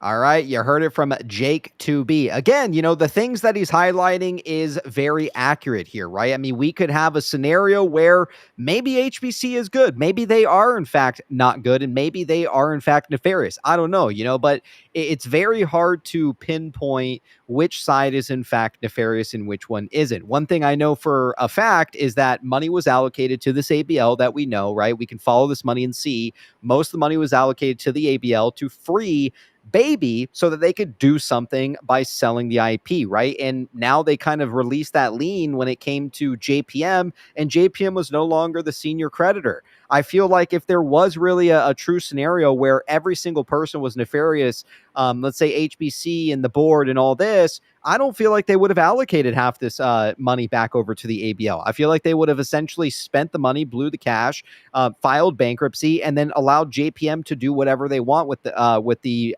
brand itself as the senior creditor. And again, like, I don't know who it was today that posted. I don't remember. Maybe it was you, ABC, or maybe it was someone else. But someone, or no, I'm sorry, it was Jake actually. Where he highlighted the fact that even, I believe it was someone from JPM, or I can't remember who it was exactly listed, but they said in the result of like a liquidation, the brand would have sold for like 168 million. So the fact that it sold for 15 million, I think, is very telling. I think that a lot of the purchase price went to paying down this ABL, and they transferred it at that point in time. Hell, maybe it's just a simple as it is, like a shared IP where something would sell for something like 15 million. I mean, again, like, I don't know if this was an outright sale of the actual brand itself. Ryan Cohen said multiple times that this is a $1 billion company, even on its own as a standalone company. And to be honest with you, I feel like even despite all of these things happening, he would have most certainly been able to come in at some point in time and easily acquire it for 15 million, $20 million. I personally don't think that it was just, dream on me, just happened to get lucky and they were there at the right place at the right time and they happened to acquire this IP. I don't buy it. They're a baby manufacturer. That is what they do best. Maybe they are doing business when it comes to Dream on Me, but I don't think they flat out bought this $1 billion brand for 15 million. I think a lot of stuff is still obviously under wraps with that entire transaction. Go ahead, Medorison. Yeah, let's hear it. Yeah, now that you mention Dream on Me and just being a baby manufacturer, that also wanted to bring up real quick with Larry Chang, right? He posted, that picture that someone took of the Buc-ee's billboard. And I knew that looked familiar because my girlfriend took the same fucking picture of the billboard, but it's on the Turnpike in Jersey. And as I found out, it's off of exit 8. And, there's a lot of 8 symbolism this year, but also it's 47 minutes away from the Dream on Me fucking headquarters. Yes, but that he wasn't the one who posted that, right? He was retweeting it. Okay, all right. Just want to make sure. Right. No, for sure. I thought the same thing too. Like when I saw your post about the Dream on Me location, I was like, whoa, wait a minute. What is Larry Chang doing over there? To be honest with you, but I was just like, dude, this looks fucking familiar. I was like, I wonder how far it is from fucking Somerset. Right. And yeah, like I said, 47 minutes, I guess, with traffic. And also, I looked up a lot about Buc-ee's, right? Because I thought that was an important part of what he wanted to bring attention to. Right. And, one of the big things with Buc-ee's is just the immense customer loyalty that they have for the fucking brand, right? Dude, I didn't know that they had the fucking cleanest bathrooms in America. Like, what the fuck? Like, I gotta go to Texas, man. That's a thing. Yeah. Buc-ee's is like, holy shit. Yeah, that's like #1 here in Texas, man. We love our Buc-ee's, and they're very clean. People get paid well there. I was like, damn, must be nice. Yeah, they do. They like, there's a whole like following for fucking Buc-ee's, and I think his point was, like, Buc-ee's is so goddamn cocky and they're so good at what they do. Mm-hmm. They'll put a fucking billboard in Jersey, where I found out that the closest location is in fucking South Carolina, which is, almost 600 miles from there. And, people will drive for that kind of location just to, experience that fucking like amazing fucking place where everything's like massive there, I guess. Yeah. And that also brings to Bye Bye Baby, where ABC was talking about, look, they got 11 stores, and one of the things I looked up was, holy shit, it was only just in 2023 where I think it was at the end of 2023 where they were like, yo, we're gonna open up over 100 stores in the next few years or something. And that's like, what the fuck? That's so many goddamn stores. How? Yeah, where's the money for all this shit? Where do they have the experience to run these stores? And again, not only that, okay, it's not just running 1, 2, 3 stores. Okay, they're distributors, right? There's a very big difference to when distributors in retail spaces, they operate very differently, right? And the thing is that somehow these bye-bye babies are operating exactly how they used to operate before. I mean, there is absolutely no change. I mean, you wouldn't even think, if you weren't even diving into this stuff and you were just like a consumer out there, you wouldn't even know anything really changed between these companies, right? There's absolutely no change here. So I don't know, and you bring a good point. Opening up 100 plus stores. I mean, they only bring in revenues of roughly 20 million. Somehow they have a full board, things like that. When it comes to bye-bye baby, I don't buy it. I think that there could be potentially a couple investors involved in this. I know we got a couple responses at some point throughout the last year where I can't remember who it was, but someone had said there was a multiple investors behind Dream on Me, which could be a very real possibility here. I know ABC, for instance, truly believes that I think from where you stand, that the IP was never officially sold, that someone is more like guaranteeing it or expand upon that a little bit for us here tonight, ABC. So if you look at the sale transaction agreement with Dream on Me, I forget what date it happened, but they literally have the filing where the Mark Samir, who's the CEO of Dream on Me, literally signed, and what he was signing underneath was something called a financial guarantee for the sale transaction. And so all he was basically confirming that this private group of investors who's acquiring this, I will financially guarantee with this instrument that if they don't pay, I will pay. And so that's all his role was. And then it they made a bid for IP, but they were really more the financial guarantors in the transaction. The other thing to consider is that's a shared IP agreement. What that means is that one side can use the brand, the mailing list, the website, everything that comes with that IP property, but the other side can too. And so if you weren't going to use it ever in the future again, you would sell the entire IP as opposed to a shared licensing agreement. So these are really shared licensing agreements. They're not sales. It's not like you get the entire thing. It literally specifies there's shared agreements. And so why would you keep a shared agreement on your side if you have no intention with no reemergence or anything? And the other way to look at it is in the court documents on September 21st in the D&O insurance policy, we have some of the board members saying to the questioning panel that several of the debtors' businesses have been spun out as a going concern of the entity, meaning that there are some private companies that have been carved out as a going concern, so they're kind of operating as they used to, and they're out and operating. And so we also know that the courts approved something called a transition service agreement, where they're going to allow these carve-outs to go and operate under a transition service agreement. But they still have to report back to the estate with their numbers and how things are going. And so to me, there's no sale of it's all done. These are shared agreements. They're working collectively together. And we know that there's a carve-out going concern. There's a very good chance that nulls were probably applied in that math for these going concerns as well, because if there was $4 billion worth of nulls and each entity under the bankruptcy was treated separately, they're going to do the mathematics to say, guess what? Bye-bye, baby, as a company's worth this much. It also should be entitled to 42% of the nulls because of its size, volume, market cap, and everything, and taxes.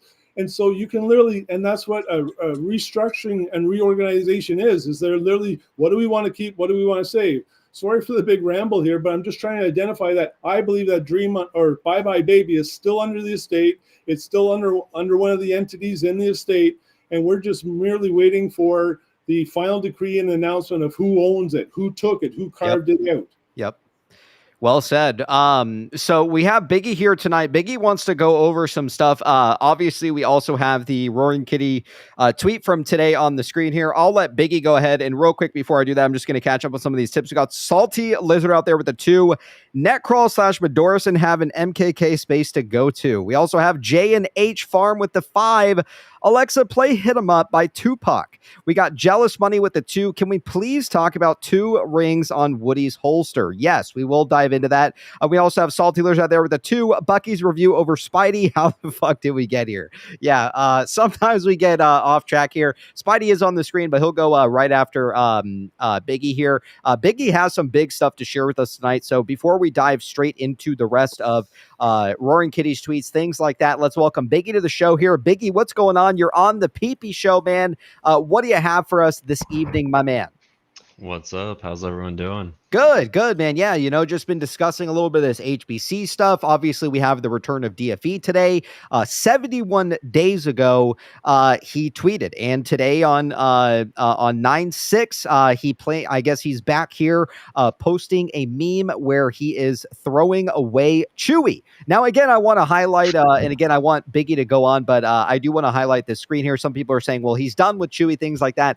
Maybe he is, right? But in the movie, this is just an illusion, right? It's not real. I think it's like a dream or something like that. So again, I don't know. Maybe he is done with Chewy. Maybe he's not. Biggie, take it away for us tonight. What do you have to share with us, my man? Yeah, so I'll start out with kind of laying a few groundwork items here. I don't know Roaring Kitty's whole plan with Chewy or how that kind of fits into everything by any means, but I want to go back to like what I shared way back when of just like the cycles that I thought DFV was conducting on the first two big spikes that we saw that led to ATMs, and kind of like the whole theory behind entering into a share position that led to a drop in the stock was like kind of his like trigger signal in a sense of saying, okay, in 35 days, they've internalized my order. If I get closer to the end of that 35-day window after I've entered into a large share position, what I'm going to do is I'm going to buy as many fucking far out of the money calls as I possibly can, and start to time it in a way that those are going to go in the money on that 35th day and kind of lead into a gamma ramp is literally what he was setting up. And he was stacking it in cycles is my theory, right? And I don't have proof, though, that he was buying shares, okay, when he started this thing. But I just kind of reverse engineered and said, if this were to have played out the way that I thought it did, similar to when Cohen's bought in, I would have thought when this whole thing started this year, it would have been around like April, beginning of April is when he was buying a large block of shares and waiting to see if it was internalized or not, okay? Mm-hmm. I want to go off of that and say, I don't think at all what he's doing is manipulating the market. If anything, there is nefarious actors out there, whether they know it or not, but they are manipulating the market, and he's basically playing their game, and he's abusing the system that they have been abusing, basically. So he's not doing anything illegal here. He's just taking advantage of people that are forced to make trades because they are illegally manipulating the market and getting away with it. So to lay the groundwork there, I'm going to share a chart real quick. All right, let's fucking take a look at it, man. So are we running these cycles or what, Biggie? I mean, the last time we spoke, some of these cycles, obviously they didn't play out like we had expected it. Maybe like a small little bump cycle to maybe like 28, 29, where we basically declined back to around, I think, bottom being right under 20. Then we kind of came back up. Take it away for us, Biggie. What are we looking at here? Yeah, so the theory is that, you buy these shares and you hold them into the 35 days. So like you see a market maker internalize a large block of your trades that you purchased, and you know that they're going to wait to the very last second to kind of release that if they can't find, the volume in the market without exponentially increasing the price is the theory behind it. There is a chance, though, that, even if they sell their shares, is my guess, is that it might not create a catastrophic boom by any means, but it could still lead into an increase. So I don't want to say if he did or didn't sell his GameStop shares and entered into Chewy with those proceeds. I don't know if that really matters for the sake of like what I'm about to show here. But I would assume safely that if he held those shares, that would give like max pain, basically, of like those obligations have to come through on 35 days if you internalize those shares. And that individual had held their position the whole way through. So starting out here, my theory was that, you enter into a position, and I guessed he kind of entered into a share position around here in the beginning of April. And if he saw a downtick in the stock, that was like his signal. Right? That was like, okay, I know the market maker internalized my position. I've got a 35-day window here until somewhere along that 35 days. It could be the next day. It could be the 34th day. Right. They're going to have actually have those shares hit the lit market, theoretically here. And so what do you say as a shareholder if you're buying a bunch of shares here, not call options, you're buying a bunch of shares and you see a market maker internalize a huge chunk? It's like, okay, they don't have liquidity in the market. There's a dysfunction in the market. So what I'm going to do is I'm going to say, go ahead. When you say internalize, you mean like when you see like it get rerouted to a dark pool, or what do you mean like on the graph, like you can actually see it become internalized, like when the stock price just drops, or like define that? It could be FTDs, it could be shuffling of the obligations. There's multiple ways that it will show up in market data that they're internalizing it. But the most obvious way, in my opinion, like aside from all the background metrics that could be showing this, is like I buy 10 million shares and the stock price goes down. Like that doesn't make any fucking sense, especially within a liquid stock that has little to no volume trading on it, right? Something's not right there. And this is exactly what happened when Cohen entered in, and we see the dates that he purchased. The stock went down the next few days, and then it went up, and then it kind of like went up and down. But like very shortly after he purchased, the stock went down. And this was right before January 2021, back in November and December. So it was like, that's not normal. You don't see that with other stocks. Right. So the theory was that if he entered in around this time with shares, that 35 days later, you would see a huge or a significant run up. And again, this could be just a run from, let's just say $10 to $15. But if you time call options between $10 and $15 in the right way, and that stock moves up a little bit, you can push a ton of really, really cheap options in the money and create a gamma ramp, right? So like your shares that you purchased, in a sense, lit a fuse, and you had the right sign to know that you lit a fuse. And then this is the fucking explosion over here of like hitting into a gamma ramp. So whether this is caused by, I would assume, naked shorting, allowing for this like little chink in the armor to basically occur, is to be determined. But this is kind of what I was looking for. So again, I don't know when he purchased shares or if he did, but if I reverse engineered it from the 35th day, which would have been right here, if you go back, this is where I think he would have purchased shares, a large chunk of shares, and you see the stock price go down, and sure as shit, 3 weeks later, we see all of these crazy options get purchased that are like 3 weeks out. Like tons of 1,000-block contracts get purchased, like literally buying up the entire next month's monthlies, all out of the money, like buying all of the contracts. Like market makers were selling those contracts naked 100% because there was no liquidity in the market, but someone was willing to buy them. So they were willing to provide liquidity. So you have this internalized position, and then you have a bunch of calls purchased here on top of this internalized position. It basically leads to a market maker selling a bunch of calls naked, or some other counterparty out there selling calls naked, because they're like, oh man, someone's willing to buy all these calls way out of the money that are 3 weeks away in expiry. This is free money, right? Typically. But if the fuse was kind of lit back here, whoever's selling here, whether it's the actual market maker that internalized or a counterparty, they might not fully know or be aware of what kind of is cooking back here that's going to hit 35 days later. Okay. So what do you see happen here? You see him buy all of his calls here, right in this little window here on usual whales. You can look it up. Tons of 1,000-block contracts get purchased, about $6 million worth. And then going into the 35-day cycle, we literally hit the gamma ramp right around this area here. And this thing just absolutely takes off. You see a ton of those calls be sold right here, which I'm just going to assume that it was DFV that sold those calls. Which was what day? That was Wednesday, right? That was the very top. It was like 5/14 on like a Wednesday or something. Like Wednesday, I forget the exact date or day of the week. Can look it up. Is Tuesday. So he's selling, but he is selling Tuesday and Wednesday. You see a majority of these calls sold. And then the ATM gets released right around in this window after all those calls were sold. So whoever purchased these calls literally put like 6 to 10 million in and turned it into like $200+ million on just the calls alone. Fucking Christ, man.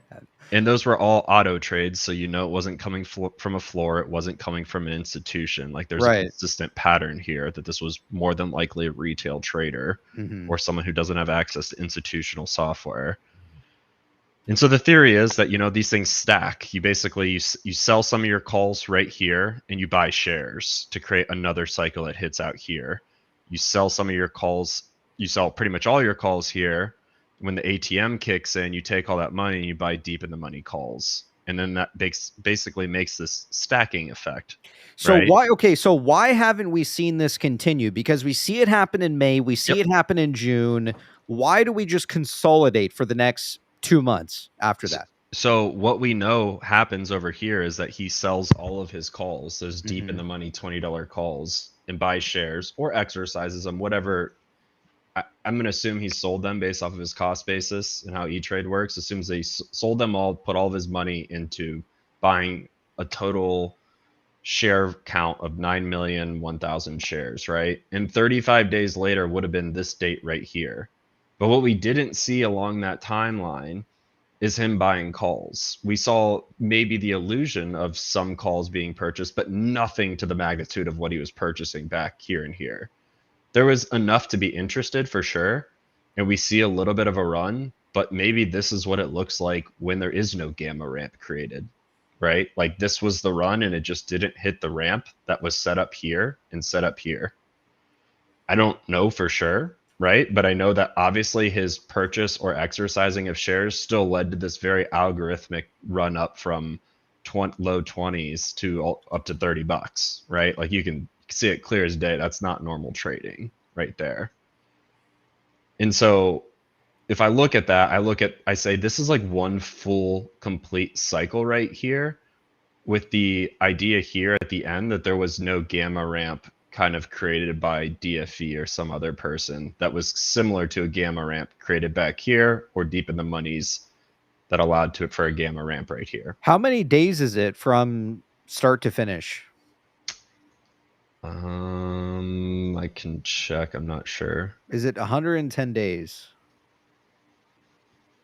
About 96. 96 days. Okay. So kind of going back here, if this is the end of a cycle right here, I think this is all a bunch of nothing in my eyes, right? I think probably because he was playing Chewy around this time, right? If exactly. That lines up, yeah. Okay. And this ending part could have been nothing too if he were to have sold his GameStop and pushed it all into Chewy, or if he was just playing Chewy and he was playing calls and options, options and shares there. I don't know, but he was not playing GameStop like he was back here to create some sort of event like this. Right. But the most important thing that really allows all this to happen is you've got this period of extremely cheap call options in this world right here. You have extremely low volume. You have a decrease in shares available to short, and you have an increasing borrow rate in this window right here. So you got a lot of things lining up that could potentially lead to an internalization of your large block purchase. That could then allow you to say, okay, I want to purchase a bunch of calls 3 weeks later, 3 weeks out, right, and allow for a gamma ramp to set up. So that being said, if this is all a bunch of nothing over here of trading, what would you think potentially could have happened if he sold all of his Chewy in the last few days? He was potentially also buying GameStop as well in the last few days. You think he's rolling it all into GameStop?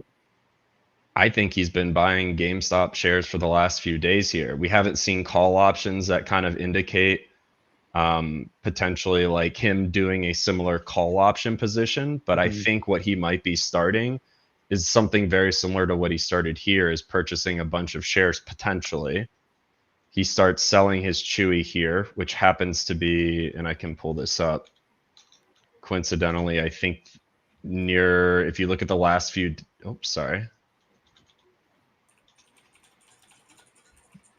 if you look at the last few days, there's been, they had great earnings. You see this pop, and then you see a downward trend in Chewy. You very well could have been selling his shares here for GameStop, for Chewy, and then rolling them into GameStop. And if he was doing that in tandem, we also saw 2 down days of GameStop right here as well, which kind of pulls back to the fact that if the same theory holds true and he was entering in this window, you saw down days here. That's his signal, right? He knows the fuse is lit, basically. So to pull this all back together here is if he's buying shares here, what he knows he's doing is they've internalized it. You've got to, he probably sent that tweet out today, like literally with the idea of, I know they internalized my trade the last 2 days. I'm going to continue to buy, but like, I know I've already won. I've already lit the fuse and everything. In 35 days from now, there's going to be a run. And sure as shit, like I bet you in the next 2 weeks, we're going to see a ton of calls be purchased, similar to what we saw back here. So do you think that, okay, because there was a lot of people saying, okay, he's rolled a bunch of money into like options as of today, but there were some conflicting stuff people were saying when they were looking at the flow that whoever it is that this quote unquote whale came in with like $2 million in these options sold them 30 minutes later. Is that correct or no? So I saw the option trade. Whoever entered in before the run was a institution. It's MLFT. It's not a retail trader. And Interesting. then whoever sold the 5,000 blocks after the spike was Auto. It was a retail trader. Okay, so So they like did I think cash they out. were in different. I don't think they were connected counterparties. Gotcha. Okay. So I have no idea what those trades were, but again, I don't think I've seen anything that indicates that he's entering into a trade that was similar here or a trade that was similar here. Right. And if he's buying shares, and my theory is correct here, if he's buying shares, he wouldn't be buying options. He's waiting to get as close to that 35 days as possible to buy a few weeks out. Like the amount of confidence he had back here to be buying. I mean, if he bought his shares at $11 and watched the stock go down to 10, and then to buy just nothing but fuck you money worth of call options here, expiring 2 to 3 weeks out, like that is unwavering conviction that something is going to happen after a huge drop. Like that's Right. bizarre with Yeah. no news to come out. So Yeah. I look at it like this, and he's lighting the fuse right here. And in the next week to 2 weeks, if we see him, more likely 2 weeks, if he's buying calls, he knows that he lit a 35-day cycle fuse here and that they internalize a ton of shares From for him to be 35 purchased. from 35 days ago is what you're saying, right? 35 days after, either today, yesterday, or the day before. Gotcha. Okay. Interesting. How do you think? Okay, so let me ask you this, and I don't mean to cut you off. My No, apologies, you're but good. heading into earnings, right? Like next Tuesday we have earnings. Why would he not make a move like this after earnings? I mean, obviously this is gonna, the IV is gonna squeeze a little bit here with some of these options coming around. Obviously with earnings right around the corner. I mean, in your own opinion, what do you think that you can kind of come up with what he's kind of doing here with earnings right around the corner on Tuesday? I think earnings is completely irrelevant to what he's doing here. And my guess is that he is playing off of swaps that are happening in the background, and earnings just happens to be something in the mix. Like, I think he's got the swap cycle down pat and knows how to basically inflict max pain on the timings of his entering. And he might just be looking for this little window here where they internalize his trade. And if it's 10 days after earnings or the day of earnings, I don't think he cares. He's just waiting to see them internalize huge blocks of trades. Right. Interesting. So you think we could get a run perhaps next week, or you think that that's too early to call?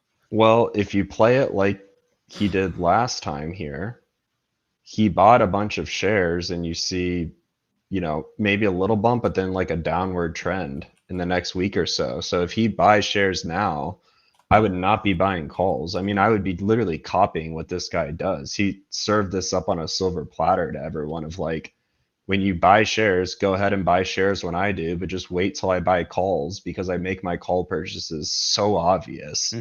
No other retail trader out there can purchase the magnitude that I have. So I'm going to purchase in exact quantities to make this clear as fucking day to everyone. Yeah, and I think there's a combination here where he will buy up a bunch of the calls, right? Kind of like creating a ramp, but he's also selling calls at the same time, I feel like, too. I mean, with such a massive position, I feel like he also is kind of adding to a lot of this pressure here. I mean, there's got to be a way that he's maximizing his money all the way around, right? I mean, there was at one point people were throwing out because he had posted that one Bruno meme that maybe he uses like an iron butterfly type of thing with his options, where he basically rides it up, rides it back down via calls and puts. I don't really know how he kind of does it, right? It could be a combination of him buying calls at the same time selling calls as well.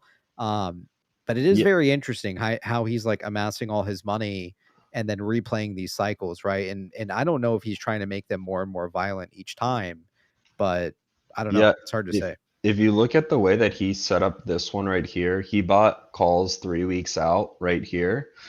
A little bit of a run up got induced from him just buying the calls, and then a sell off, kind of small little pullback here happened. He didn't sell any of his calls. But on this run right here, he sold like, I would say 10 to 20% of his calls around this period and rolled them into like an extra 2 weeks out at higher strikes farther out, because he purchased like 3-week calls right here.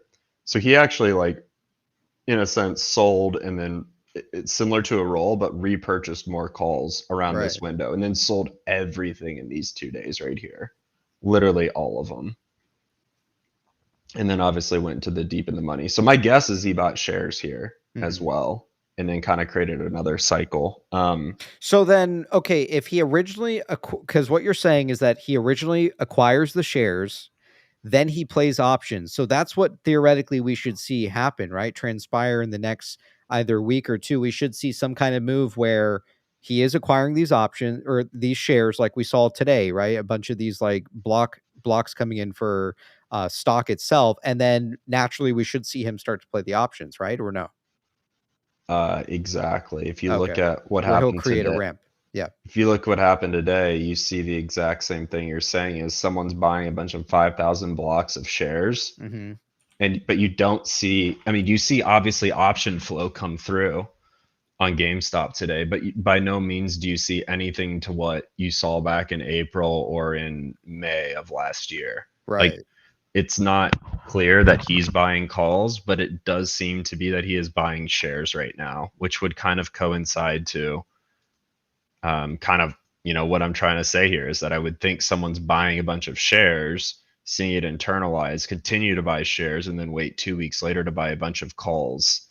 And then I think the craziest thing to pull this all together, so I just want to point this out, like what I did in this sheet right here that I'm going to share.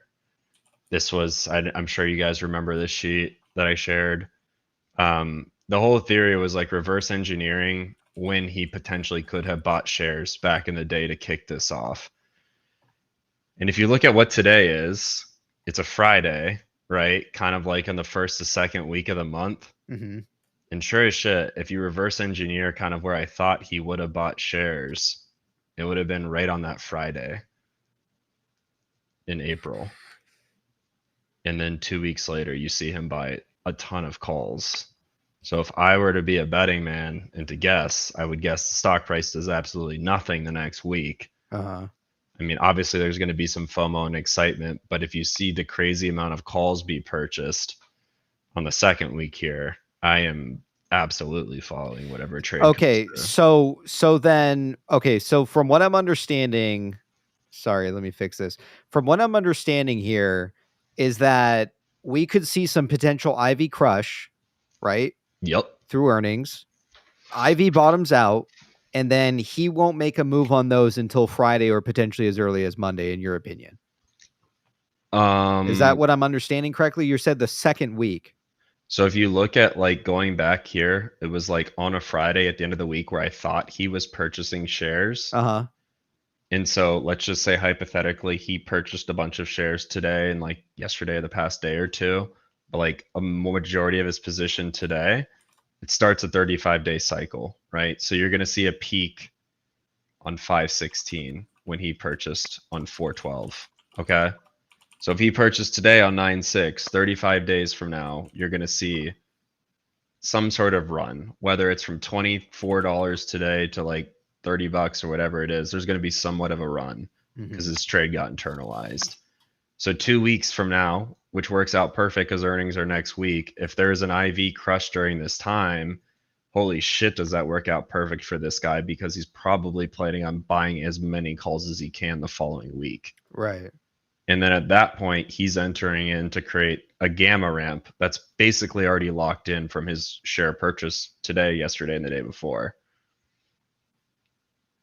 So I'm assuming he's already entered into most of his share position for GameStop, would be my guess. Wow. So then in that case, right, because he was kind of staying right under the reporting threshold, do you think that we could see a follow-up like form get filed that, you know, he has like a more than a 5% position? I think it's 5% that he has to report, right? Yeah, I would think he would try to stay under that, and the recent ATMs give him a lot more wiggle room to what he can do. If GameStop does another ATM on another rip, right, that would keep him under the 5% threshold. I mean, he can target to stay underneath it right now. If he Okay. purchases a specific amount of shares and has a targeted amount of calls that he's planning to purchase to keep him right around like 4.99%, Mm-hmm. that would be my thought of to what I would do if I was in his shoes, because I wouldn't want the reporting restrictions of being over that 5% threshold. Or I he think- can, sorry, go ahead. No, I was just saying, I think with Chewy, that was like intentional. I don't know what he was doing there, but like he was not intentionally trying to show his trade from an SEC standpoint in GameStop like he was Chewy. Right. It's very interesting stuff, man. I don't know. I mean, you know, I you know, if you ask me, he could be also betting on the fact that, you know, he thinks that Cohen could in fact raise some more money for the company. I mean, if the stock goes to 60 plus again, nobody out there really knows if Ryan Cohen will do another ATM, right? Like technically they can authorize up to 1 billion shares. Do I think that they'll go up to 1 billion outstanding? To be honest with you, no, I don't really see it happening. Could we see maybe one more ATM in terms of raising money? I don't know. You know, maybe we could. I mean, the biggest thing is how much the board of GameStop, how much cash does GameStop need? And now that they're not utilizing these credit agreements anymore, right? They're not utilizing someone else's cash for their operations. They're going to need cash flows, right? They're going to need to start planning how they're going to utilize this cash that they've raised here on 2 of these ATMs to now build the company and you know, support it with more cash flow or make an acquisition to build the company up. I mean, again, you know, nobody really knows where we go from here. So I don't know, you know, he could be in fact gambling on that too, Biggie, for all we know that, you know, he could think that, you know, maybe there could be a scenario here where GameStop raises more money, or like you said, he'll stay right over that, right under that reporting threshold. So anything else you want to add tonight, Biggie? We're all ears, man. It's a packed house tonight, man. So right on, let's hear it. Biggie, anything else you want to share with us this evening? Yeah, I would say if like, you know, for the ATMs, if you see a huge price increase coupled with like 5 days of consecutively high volume, it's the only way Cohen's going to do ATMs. If you see one day with a huge rip and huge volume, he's not going to do an ATM. That's like horrible financial acumen, and he's kind of proven that's been his pattern as well, which is very similar to most corporate America CFOs like guidelines of being able to complete a successful ATM. Right. So if I'm Roaring Kitty, I'm waiting for very similar to what I saw last time, is like on that 4th day of heavy volume and huge share price, I'm dumping all my fucking calls, waiting for the ATM, and then I'm buying deep in the money calls to help support the ATM. Interesting. And also make a fuck ton of money as soon as the ATM's completed. Yeah. Man, So, I don't know. I mean, yeah. again, you know, it's very interesting analyzing how this is going to go about. But again, you know, I guess we'll have to see what happens in terms of volumes kind of picking up. We'll have to see if some of that money starts to get allocated maybe after earnings into options. And again, you know, we'll have to see kind of how options kind of, how earnings kind of play a factor in this on Tuesday. So, Biggie, loved having you on the show, man. Again, excellent fucking information tonight. I think Biggie could be onto something, man. Maybe he's right. Maybe there is some allocation of shares going on here right before earnings. So Biggie, loved having you on tonight. Chat, let's get some love for Biggie on his way out. And Biggie, enjoy the weekend, man. Appreciate having you on the PP Show. You too. See you guys. Bye. Take care, man. All right, right on. You heard it from Biggie Smalls tonight. I don't know, man. You know, I think he, in fact, could be onto something. I mean, what do you fellas think in terms of his thesis of, you know, look, if this worked for Roaring Kitty before, where he comes in, he buys up a bunch of fucking shares because he knows they're going to get internalized, and then he makes a move on the options, I don't know. Maybe he is causing max damage here, and maybe we are going to continuously see some more of these cycles kind of play out here. Is there anything that you guys want to add on to that? I know that Spidey here needs to share something. Peng said he only has a little bit of time, but before we get to that, is there anything in terms of Biggy that you guys wanted to add in your own opinions tonight? I liked it personally. I just want to say one thing. Yeah. October 10th. October 10th. All right. All right. Right on. Those are some big fucking words, MK. All right. Right on. Wait, hold on a second. October 10th. So what's weird is that in August 30th, there was, I think there was like $1.9 million worth of GME shares that was been bought at close for like a close in balance. So that's like near almost 235, October 10th.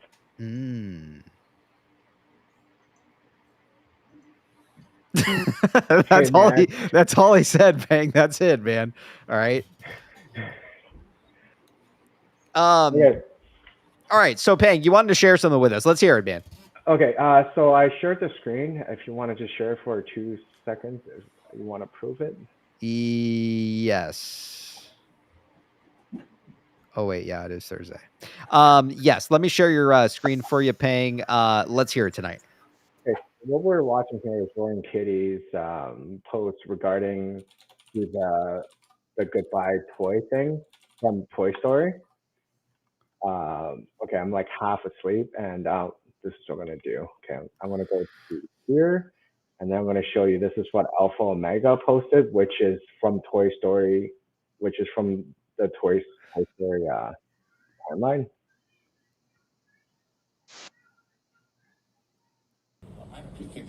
Oh wait, replay it again. I don't think the sound was on. Oh, okay.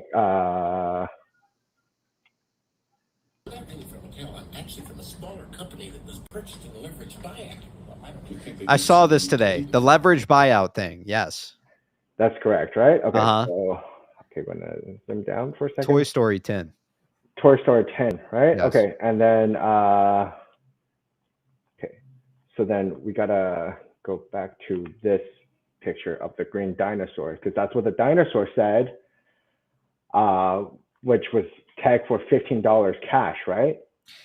I saw this tinfoil today, dude. I gotta say, like, it's very convincing. I will say it's very convincing, man, because we've seen that 15 number float around as cash. Yeah, I was just about to say, there it is right there. I don't know, man. You know, maybe there's something here, man. You know, I mean, it'd be absolutely lovely for us to all, you know, while we're kind of waiting for our equity to get a little bit of cash, you know, to obviously, you know, I mean, look at IEP, absolute 20-year lows. Look at GameStop right now, absolutely on the cusp of just exploding. I don't know. It'd be nice to get some cash before this entire thing blows off. Go ahead, Pig. And I think also at the very end, I think Ryan or either Teddy or GameStop is going to merge with Chewy, because it's literally right here. Teddy gets a puppy. Like, if we're talking about Chewy or the tinfoil, I think it's pretty related. Oh, yeah. Actually, you could be onto something here. Maybe. I like it, Peng. Yeah. Can I? Peng always has some really good fucking tinfoil, man. Wow. Can I offer a potential rebuttal? Yes. Another. So, yeah, we were talking about it, and we think that the new puppy actually represents Siri, because Siri is also dog related. And the reason that we think this is because Ty Lee is already in this, and Ty Lee is a representation of Chewy, right? So they get a new dog, an additional dog. So now they have 2 dogs, right? So maybe they're getting Chewy and Siri. And I think that the huge purchase of 141 million shares, which is larger than Buffett's position, I think that supports that potential thesis. So I don't have as much tinfoil along that, but yeah. I mean, Siri is all over Roaring Kitty's recent tweet movie thing from May, right? So it's like all over the place on it. Oh, excuse me. I'm sorry, I got some pizza. Yeah. Enjoy. That one caught me off guard, bro. Sorry, bro. No worries, man. No worries. Just before I head out, I'm just gonna do it's cute dog, Peng. Hey Loki, speak if you think GME's gonna mow ass soon. Loki, can you speak? Oh no! Oh no, Oh, no. Bang! What have you done Can to you him? speak? Dang, I thought we were gonna Moas, man. Bang! How could you Are do we gonna us mow like out? that? Can you speak? All What? right, There I it guess that is. counts. That's good enough, man. Pack it Yeah. up. We won. The That dog has works. spoken. Yeah, that works for So us. can you speak? Come on. Cameron. Speak. Primo ass. Speak. I don't hear you. All right. Well, we're gonna Moas for sure. Right on. You heard it from Pang tonight. Pang, anything else you want to add tonight? You got absolutely cute dogs, man. Let's hear it tonight. Anything else, man? Let's hear it. Oh man, I saw what it was posted and everything just flashed all into one image, and I was like $15 cash. There can't be that many coincidences. Yeah. No, And then, something's got to be happening here behind the scenes. I mean, again, I think there's a lot of stocks involved in whatever's going on with this basket here. And look, he's putting pressure on, one of the biggest shorted stocks out there, which is GameStop, right? And there's a lot of stocks out there in the basket that will follow through. I mean, even just his post today with the Chewy thing that you were showing earlier, Pang, I noticed that GameStop had a rip and AMC had a giant fucking candle going on too. And there was nothing correlated, nothing mentioned at all to do with AMC within that photo. And yet the stock also ripped too. So I don't know. I'm convinced the basket is most certainly a real thing. Some people will always try to gaslight you, make you believe that it's not real. I'm fully convinced that the basket is real and alive. Pang, I know you don't have too much time with us tonight. You're more than welcome to stick around with us if you want, or anything else you want to add. Let's hear it tonight. Man, I do appreciate it, but I gotta go to sleep, man. Everybody have a great night. All right, Pang. It's always great to see you, man. You got two wonderful dogs, man. Chat, let's get some love for Pang on his way out. Pang, appreciate you coming by and sharing the tinfoil. I loved it. Have an excellent night, everyone. All right. Take care, You man. too, man. Have a good weekend. Pang had some good stuff, man. I mean, again, the T-Rex Rex in the Toy Story movie says that, he was a new toy from like a leveraged buyout thing. Someone else posted some stuff that had like a connection of Mattel as well pertaining to that, which I really like too. And then obviously, the dinosaur, which is green in the Teddy book. And also it says it's 15. So I don't know. Maybe that could be the cash portion that it could be alluding to as well. All right, let's take it over. Well, real quick, we have Spidey with us as well. And then if anybody does want to bounce for the night before Netcrawl gets into his DD here, he does have part 3 of his Siri DD for tonight. So again, if you don't care for Siri, in just a moment, you can head out. Spidey, let's hear it tonight, man. What would you like to share with us, man, before we head into Netcrawl's Siri stuff, man? We're all yours tonight, Spidey. Can you hear me? Yeah, we can hear you, man. What's up? All right, perfect. Hey, so I sent you some stuff because I'm actually working on a couple of projects. If you would be able to look at your Discord DM, and I think there is, like, I just not stumbled upon, but I came across something that's pretty interesting. And for me, I've always wondered, how is there still a shareholder of record, right? Like, how is there still somebody holding shares if everything was supposed to have been deemed worthless, canceled, and so forth, right? Yes. But before I get into that, the first thing I wanted to just tag on to what ABC was saying in regards to, and it's the one with Buford Capital, PP. So in the conversation earlier today Buford. All right, yeah, go ahead. My apologies for cutting you off. Yeah. So in the conversation earlier today on the space, we were talking about the continuing or the going concern businesses where the Knowles were actually attached to, and they could not. And again, forgive me, I don't remember the exact wording. I think they were not able to pull the Knowles away from the company or turn them into cash or some form of a liquidation, because they were already tied to the other entities that were there. So the ones in red, and if you look at the bottom where you see the yellow circle, and it says each of these companies has filed for bankruptcy. Miss Corey, my white rabbit, appointed to these companies as a director in her capacity as a restructuring professional, right? So there are those companies, the ones with the asterisks, those are bankrupt. but there are some that don't have any asterisk. So Butterfly 37, the first one, there's no asterisk. BBB Canada Ltd, no asterisk. BBBYCF LLC, no asterisk. Bed Bath & Beyond Canada LP, no asterisk. Decorous, the one with the black line through it, that was already dissolved prior to bankruptcy. And Liberty Procurement, there is no asterisk as far as what's referenced with Bed Bath & Beyond. So again, these entities should emerge as a going concern, and the nulls are attached in some way, shape, or form to these entities, or else they would have been able to have utilized those or pull those away from the shell of Bed Bath & Beyond, if you think of it in that way.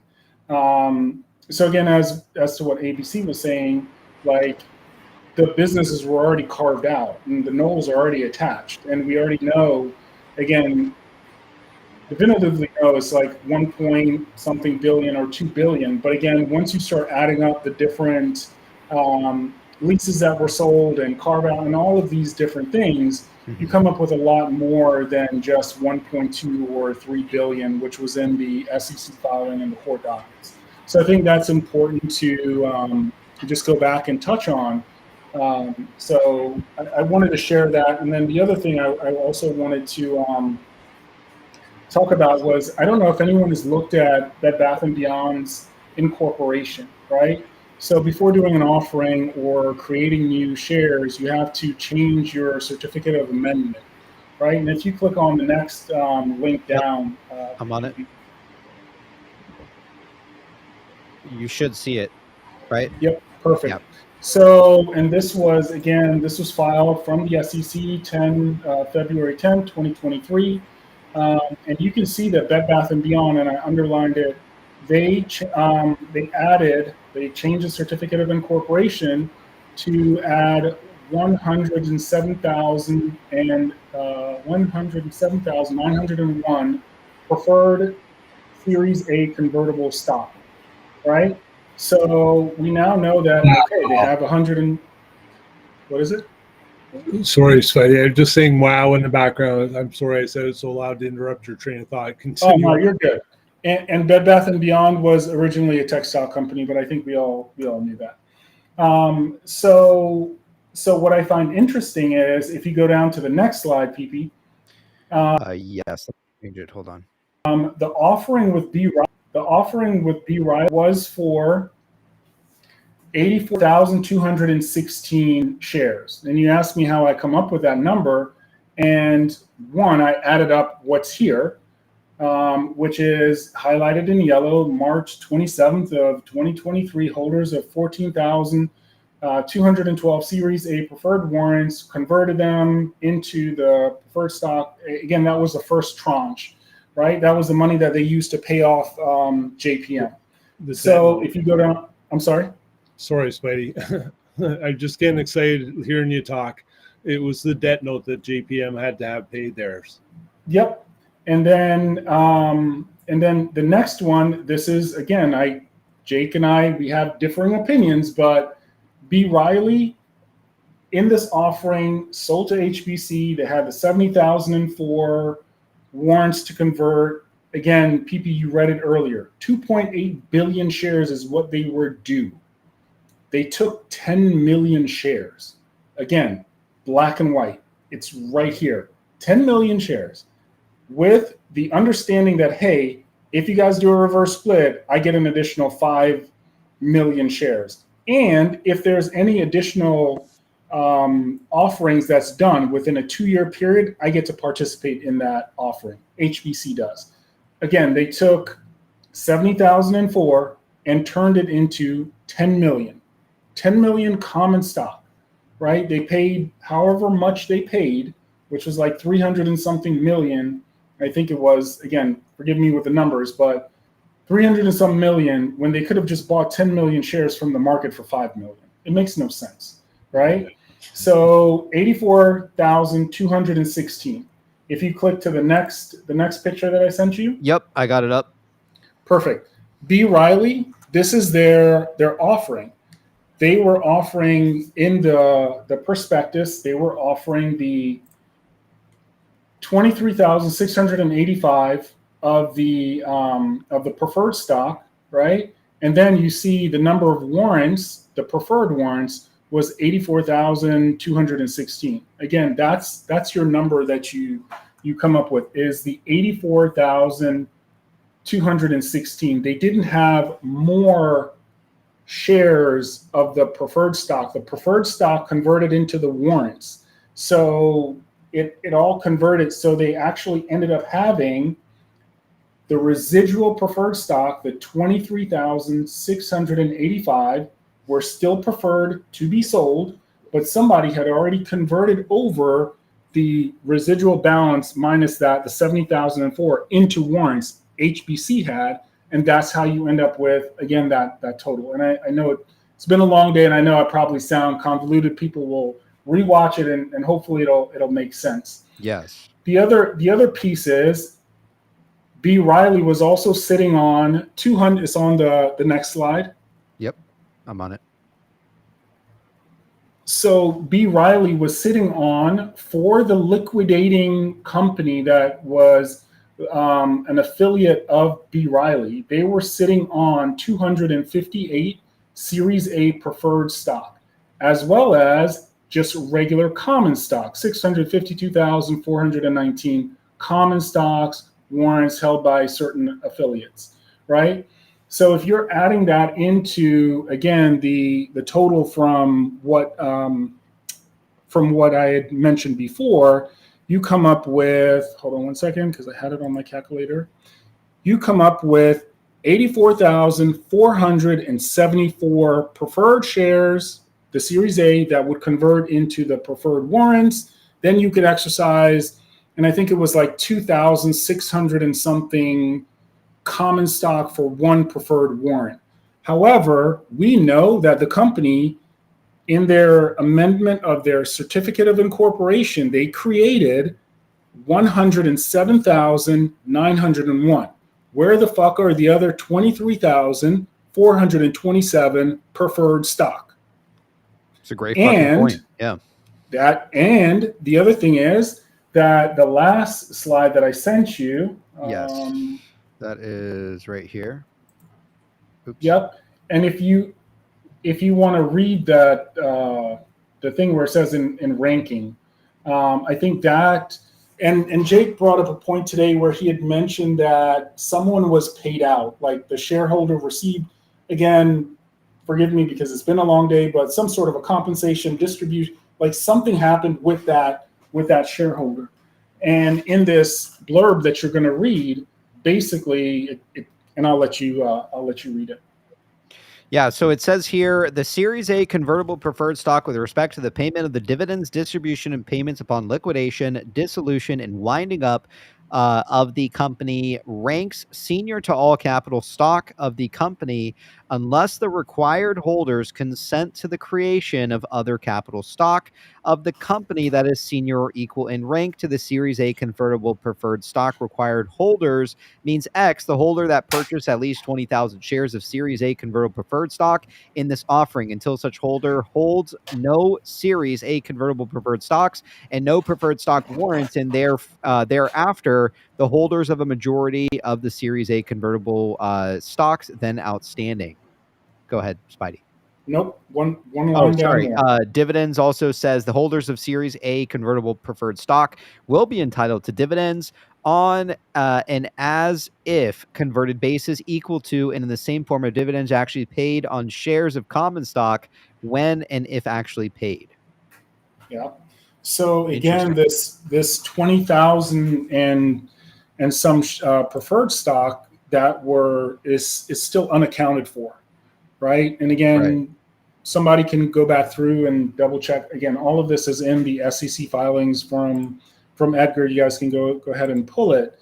Mm-hmm. But I think it's important just because in the court dockets there is still a holder. There's somebody who the lawyers are going back and forth with.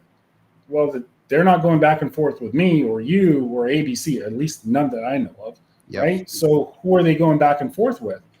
If in bankruptcy or up to that point, all of the warrants had been converted, HBC took $10 million on 74 preferred, which makes no fucking sense at all, right? And all the other shit was done and converted. The only other thing that's missing is this convertible preferred, again, in the amount of the 24,000 and or 23,000 and some. It's missing. Like it hasn't been converted. It was never converted.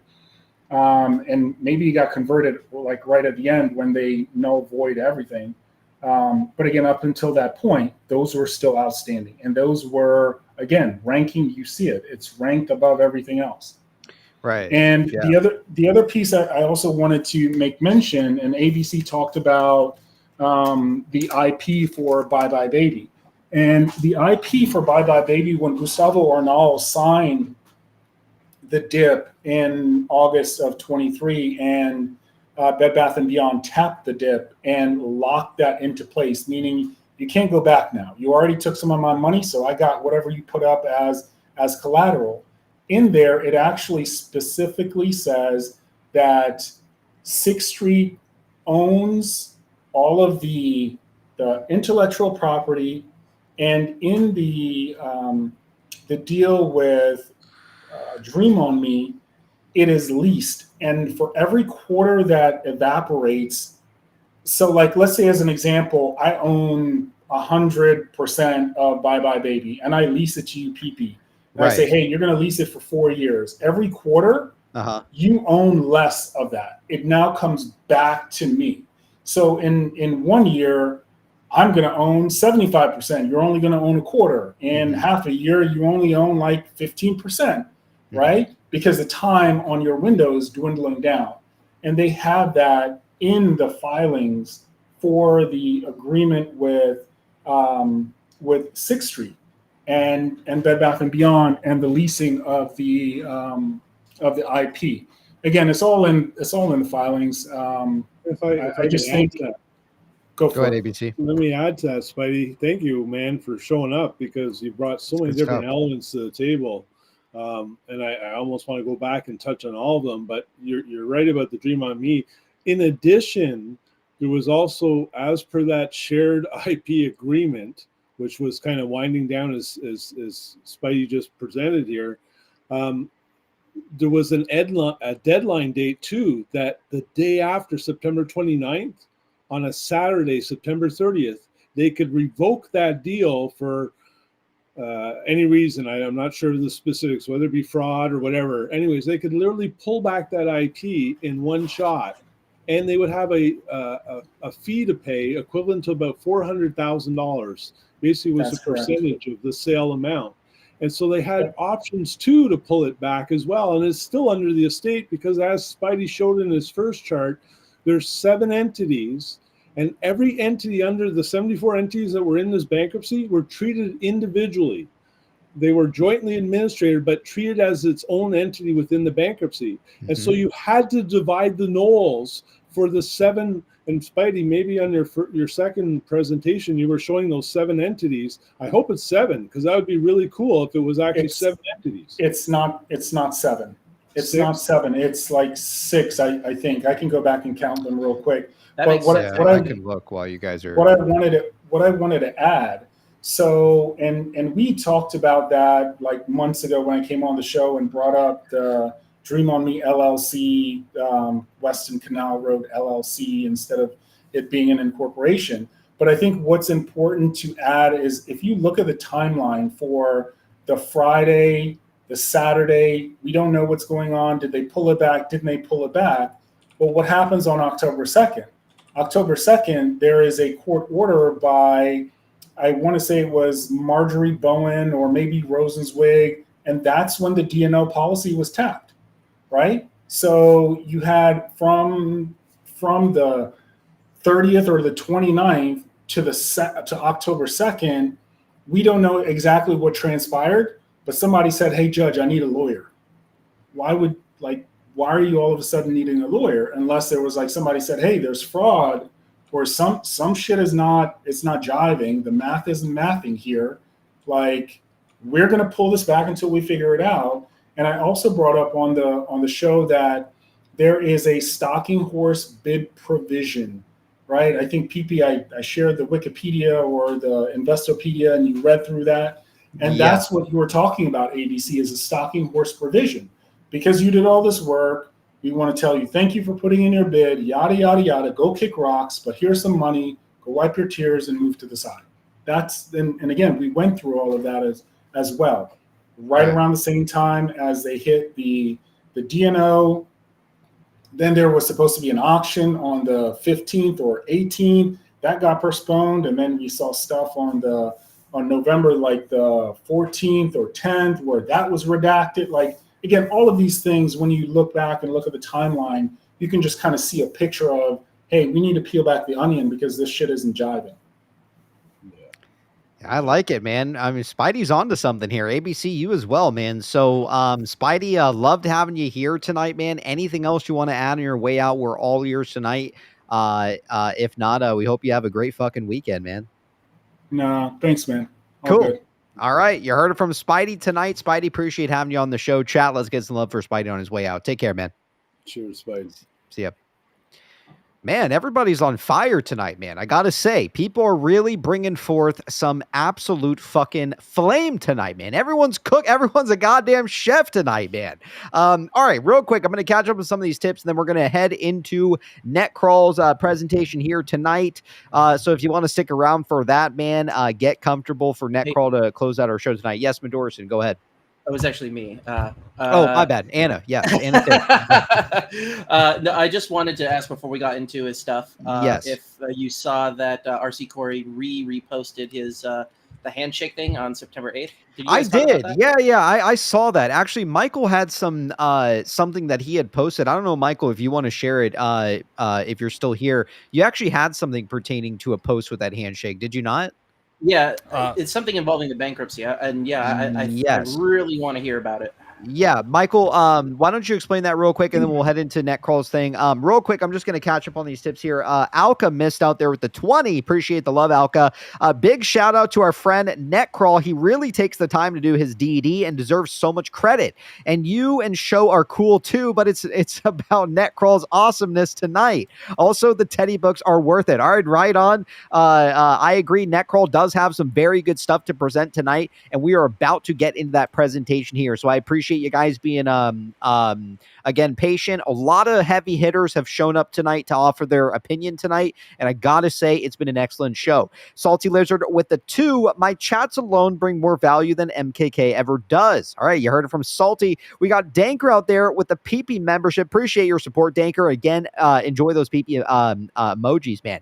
We also got Madorson out there with the 5 PP show gifted memberships. Appreciate your support, Madorson. And again, if you got a membership out there from Madorson, be sure to give it thanks in the chat, fellas. And we got Jealous out there with the 5, about to say, let's drink. We are not here to fuck spiders, but Spidey be hitting it. Between him, Biggy, and ABC, absolute cooking, plus no shills in the chat. I gotta say, tonight's show has been absolutely fire. I love it. And we got the return of DFV again, too. So we know that most likely we'll be seeing another cycle occur with GameStop. So I gotta say, it's looking pretty good. IEP's at 20-year lows as well. Siri's right around the corner in terms of mergers. I don't know. Something is happening here, fellas. So let's real quick take it over to Michael, and then I will check if anybody wants to stick around for the rest of the night for the series stuff, and then we'll continue on for the night. So Michael, fill us in on, I think you made a post about that thing with RC Corey, right? There was like a certain date or something surrounding it.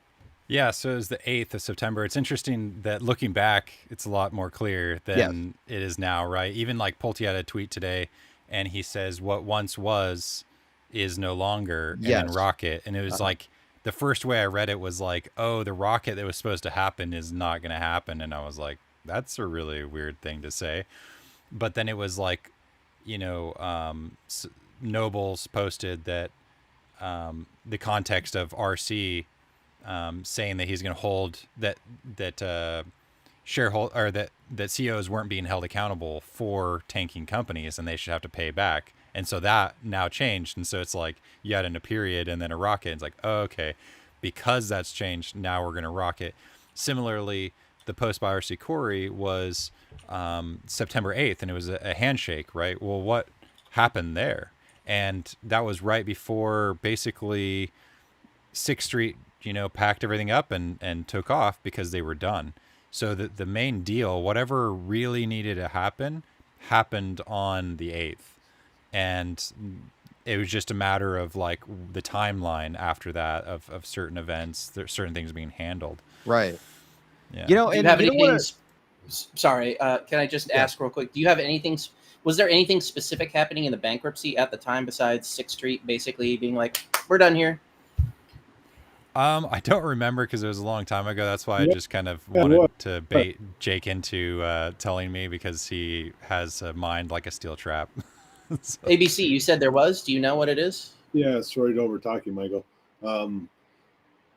Basically, Jake has kind of shared that 2-week window before the 30th, the 14th, and some of the estates or entities, the financial reporting ended on September 21st, but it was really that September 7th week to the 14th that I think things were consummated, deals were done, because then the financials started ending for Bye Bye Baby, I think on September 21st, yet the other reports were showing the end of the month, and Jake was always concerned, like, why is the accounting different for Bye Bye Baby, and why are they stopping on this date? So I think there was definitely something that might have been consummated, and they had to kind of tie up that paperwork and, maybe have a different end to the accounting days, because the accounting days didn't line up. Okay. The reason I ask is because, in the Teddy books, it's like, what was it? Jerry was in the hospital for a year, and we've been speculating that that must be around when the plan confirmation was done. What if it was earlier than that? Yeah, what if this handshake is like the start of that? That's the only reason I bring it up, is because everybody is like celebrating all over Twitter, like it's like my tits are going in orbit right now. They're so jacked. Yeah. So why now, right? Like what's going to happen next week? And that's the only thing I can think of involving this. Maybe emergence is closer than we think. That's what I think. I don't know. Yeah, and I was looking also at some. I was looking back to when we first went down to Florida to meet with Pulte, the one where we were on Michael's laptop down there in his office. And I found the date very interesting, man. I don't know if, so many things were happening so quickly at that time that I feel like we tend to forget, but we went down and met Bill Pulte in Florida, and we filmed that show down there September 25th of 2023. 4 days later, our equity is canceled. Yet we're eating ice cream on screen and stuff. And that's, looking back on it, it's just so very bizarre, the timing of everything, right? And then, couple in like some of the events we did, like the most recent one in May, I can't remember which day it was, but that next week, Roaring Kitty returned, right? And like all of these things kind of transpiring, and every single time there's always been this like surrounding of like Pulte showing the Teddy books. He always highlights Teddy for some reason. So I don't know, just something I analyzed here, something that's very interesting. Again, the 25th of September, and then 4 days later, that following Thursday, our shares are, the plan is consummated, things like that. So I don't know. Something's going on here, if you ask me. I think there's a lot of people that are, obviously kind of higher level that are interacting and obviously, part of our show. Larry Chang, obviously being one of them, didn't want to have any questions about GameStop, stuff like that. I mean, these guys are very careful, right, about like how they're essentially doing things. I don't know. Something is transpiring here, if you ask me, though. So go ahead, Michael, and then we're going to get to Necro. I'd have to look it up, but that kind of just did make me think that if when the dip was, I guess, passed, they had already set aside the Texas tax authorities claim, like the money for that, and they hadn't they didn't even tell the plan man until this year where that money was. The one problem with that case is that there's like a stipulation that says it can't be rushed. I can't remember what it's actually called when that's the case, but you can't rush it. And so it might have been like, oh, well, in those cases, it's reasonable for them to be able to take a whole year to do it. Same with it ended up being that landlord had that same privilege. So a few of these cases, and I'm sure they knew they were going to happen, where it would have to be delayed for a whole year. And so that might have been when the clock started. It would have been maybe the 14th, or even I guess maybe the 29th. Right. But could have been interesting timing. I really like the tinfoil behind the Jerry being in the hospital thing and potentially us having to wait a year. Again, we're not going to have to pay short gains tax in that kind of sense. So, all right, we're going to go ahead and take it over to Netcrawl here tonight. Before we do that, if anybody does want to bow out tonight, please let me know now ahead of time before we jump into this. We have J&H Farm with the 20. Tits jacked for Netcrawl. Absolutely. I want to hear it tonight. Does anybody want to head out for the night? Let's hear it tonight. If not, we're going to go into the series stuff. Everybody want to stick around? Yes, no? Now I'm sticking around. Got to support my boy Netcrawl. All right, let's hear it Let's from go. Netcrawl tonight. Netcrawl, take it away for us, man. Welcome to the PP Show. You came on the last couple weeks here. I think you had a part 1, a part 2 when it came to Siri. Obviously, the biggest thing is that Buffett has a large fucking position when it comes to Siri. So take it away for us tonight. What tinfoil do you have for us, Netcrawl? And also welcome to the PP Show, my man. Dude, thanks for having me once again. It's great to be back. I've had a few drinks. I've had a few more drinks waiting. Perfect. That's the way to do I might it, be man. a little bit loosey-goosey, but feeling pretty good about it, dude. Yeah. Feeling pretty good about this Siri play. I got part 3 for you. We got a ton of slides. All right. I'll try to get through them for you. Cool. So Take this it is away part 3. real quick. I'm going to just grab something to drink. Netcrawl, take it away for us. Let's hear it. Yeah, of course. Yeah, it's PP exclusive. Dropping it here first. I'll be releasing the slides afterwards. But yeah, I believe GameStop is still getting serious. Let's go. So just general outline. I go over some of the meme movie, other tinfoil that's sort of unrelated to Roaring Kitty exactly. Some fundamentals that really make this play interesting.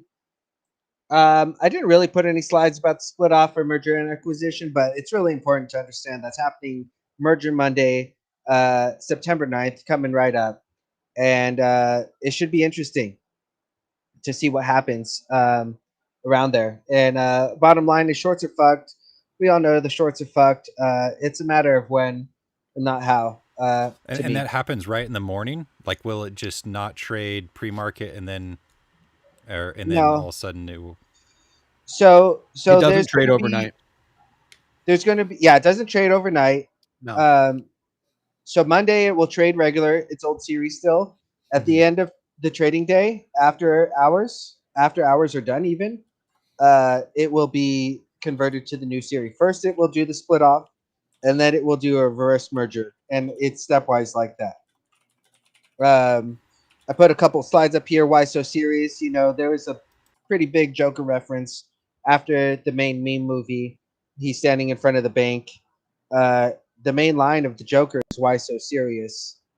And I got this other graph right here. It's total of reported FTDs per month. These are the top FTDs. You can see in month 7, July, there was a shit ton of FTDs. These FTDs actually started right after Deep Fucking Value did his last YOLO update. The FTDs just started going off the charts for Siri. So that's actually one of my questions, though, is because I was looking at it, and that was, I mean, I'm a whore for FTDs. So when I saw that, I had to buy some call options, and you fucking at it. Let's go. There's like 9 million FTDs they're supposed to cover on Monday. Yeah. And so if the merger is in the afternoon, like, I mean, I'm just going to be tempted to just sell on the rip. I thought it was after market. Someone was saying on Monday. That's what. It Yeah, definitely is. So if the merger is after market, it should be but by the 6 FTDs are gonna p.m. cover I on saw. Monday. Gotcha. Okay. Well, yeah, So that's what it's- people are anticipating, right? A run by Monday so that they can, because I don't really know where the options stand, where we kind of stand with these options, right? Like, What do you mean? Well, okay, so if they, obviously we know they're going to reverse split. Obviously we know that they're going to merge, but from some of the stuff I was reading, and again, this could be entirely incorrect, it says that if your calls are out of the money when they merge, they that's incorrect. Okay, so That's incorrect. my calls are Yeah. good. If they're October calls, I'm good to go. Yeah. Okay. The OCC They'll just has put convert. out- Okay. They'll Yeah, convert. They'll be instead of 100 contracts, it'll be for 10 contracts, and it'll be at the new price. So the price Gotcha. will multiply by 10, but instead of being for 100 shares per contract, it goes to 10. This data is on the OCC website. I included it in part 2. I don't have it here, but that's for both Liberty options and for Siri options. I've also called my broker just to double check. They said there's no way your options are going to just disappear. Okay, so that's even better. Not man. financial advice, but that's what I've heard, and I've heard Right. it from primary sources. Where I think if you have any questions, definitely check out the primary sources. Don't listen to people on the internet. Don't even listen to me. I've just analyzed all the tinfoil as best I can. I've recently got into the market with GameStop a few years ago. Really been paying attention the past 3 months, but I'm still learning as I go. Right. So yeah, there's a fuck ton of FTDs though, and that's really interesting. They got to rip the Band-Aid off sooner or later, and I think the when is the part that's unknown. I know people are really trying to time this. I don't know when it's going to happen. I don't know if it's before the merger, if they have a few days after the merger, if they could kick the can fucking for a month longer. That would really suck. I don't think they can do that, but I don't know either. I don't know the fucking loopholes that they got. So I just want to preface that up front. It's still a gamble, even though Right. I do think it will eventually, hopefully, squeeze. All right. Gotcha. Real quick, we got Hank E out there with the 5 PPShow gift to memberships. Appreciate your support, Hank. Again, if you got a membership tonight, fellas, be sure to give a thanks in the chat. It's the least you can do. King P out there with a shout out to the D Squad. Right on, man. Shout out to the D Squad. All right. Netcrawl, let's hear it. So moving forward, I just wanted to recap. I've done 2 parts already. I'm not going to cover everything. I do recover the most important bits. I wanted to point out for everyone that's new that Orion's belt points directly at Sirius. It also points at a different constellation in the other direction, Palladius. They're called the 7 sister stars sometimes. I talked a lot about the Ryan Cohen connections, the Roaring Kitty meme movies. I'm going to talk a little bit about some of the big players tonight in this play. Beetlejuice is part of Orion. Orion is a hunter. He had 2 dogs, Canis Major and Canis Minor. I personally think Tylee is Canis Minor, and the big dog is Canis Major, which has the star Sirius inside of it. Warren Buffett obviously is a huge player in this. He's invested so much of his money, actually not so much of his money, but a considerable amount. For Warren Buffett, it's chump change, but this guy has a lot of fucking money in Siri.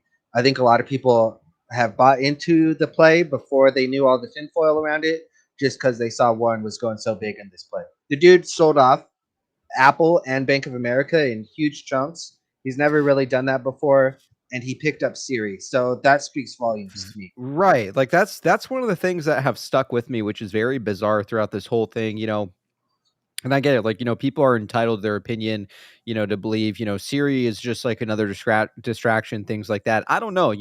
Warren Buffett's a very smart guy, right? Like, we're not just talking about any stock here. We're talking about one of the greatest investors of all time here, Warren Buffett. And you're right. He's selling a shitload of Apple. He's selling a shitload of Bank of America, yet he's buying shitloads of Siri, right? And, some people are speculating maybe it has to do with, his board seat or acquiring a board seat or something to that nature. But again, I like to think that the guy's a smart guy, right? If this stock, he started buying it, I want to say, oh man, I can't remember how long ago. He's been a long-term holder of this, but his major buys for Siri that were coming in were right around $5, I want to say, was when he started to accumulate a little bit more. So I don't know. It's very hard to say, what he sees potentially in Siri here. It's down since about 50% since he's been buying quite a bit of it here. But again, I don't know. I think he is a smart guy. I think he knows what's going to happen here. It is incredibly shorted stock as well. And again, if my calls on Siri end up printing, it's more money for me to buy more IEP, GameStop, things like that. So look, for the end of the day, for me, it's worth the gamble considering that Warren Buffett is in fact involved in it. So sorry, go ahead, Necro. Yeah, I wanted to pull up this chart. This is what I got for Warren Buffett. He's been buying since November 2021. I believe this is the Liberty. I got this from Butt Farm, so I'm almost sure. Yeah, that's Liberty. Yeah, that's Liberty because the price is there. But he's been buying them side by side. Also, my current avatar is Liberty coin going into the piggy bank from the Teddy books. I just thought it was pretty funny. There's a ton of stars in those Teddy books. I've actually had my friend count them. There's 95 different pages with stars on them. It's littered throughout the books, the star symbols. But anyways, I want to back up a little bit. So one of the main characters, primary investor in Liberty, Liberty Media, who owns F1 Racing, who owns a huge portion of the Sirius XM float, is John Malone, and he's goes by a few main nicknames. He's been dubbed the Cable Cowboy. He has this whole book about how he's had these big fights in the cable industry throughout the years. You know, being a big player in the media, fighting against people I don't like Rupert Murdoch, sort of a dickhead, Rupert. And he's also known as Darth Vader. Al Gore calls him Darth Vader because he just goes in and fucking obliterates his enemies, basically, in the cable industry. And dude's also been called Mad Max, which is pretty interesting. So I'm just gonna highlight these. After I figured these out, his nicknames, it sort of made a lot of sense in trying to decode the meme movie. Once you start taking the series stock seriously, is I guess the best way to say it.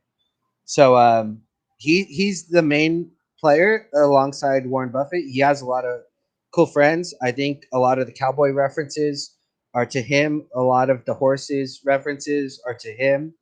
And so we'll see that throughout this presentation. Right on. Okay, so I don't know what happened to my slides. Where did they go? Where did they go?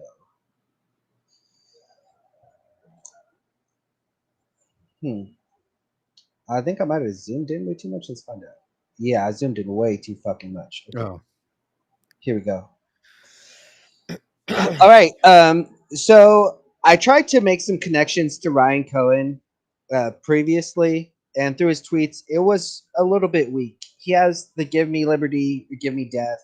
He has the thumb war with Warren Buffett, which I think That's are pretty clear one, yeah. call outs. But you know, there's stars shooting out of this fucking piggy bank and all over the pages. Like I said, I had my friend count. There's stars on 95 of the pages in the Teddy books. He's talking about cowboys throughout the whole series. He calls the kids cowboys. And so how I interpret that is maybe it's the older generation, Warren Buffett, Carl Icahn, John Malone, maybe you know, mentoring this newer generation, Ryan Cohen's and the Larry Changs, and maybe they're all cowboys together. And so Teddy says, you know, he has his serious face on a lot. He talks to them seriously a lot, pretty consistently throughout this.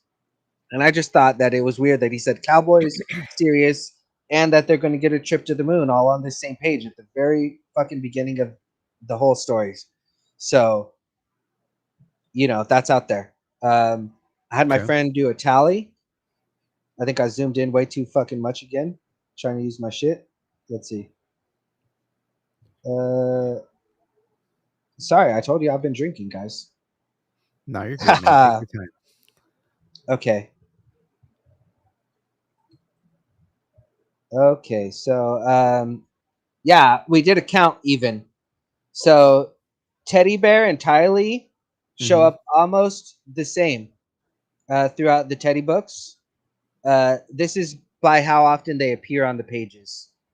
The iPhone, who, you know, iPhone is releasing their new Siri update, also consistently shows up. I don't know if you've noticed, but Teddy, the grandpa, always has an iPhone in his pocket.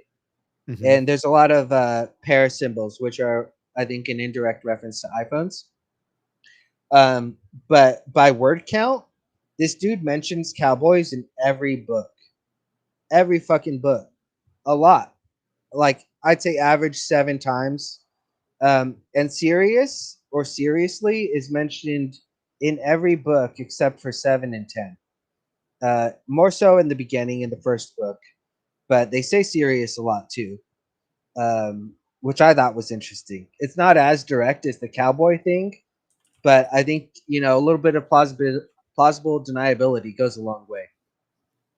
Yeah, we also got the stars count. My friend had a breakdown, but I had already finished the presentation by the time they got that to me. 100 stars, dude, is a lot, I think. So I think stars and space and aliens even are all related to the Siri play, are sort of like indirect nods to it. I've explained that in part 1 and part 2.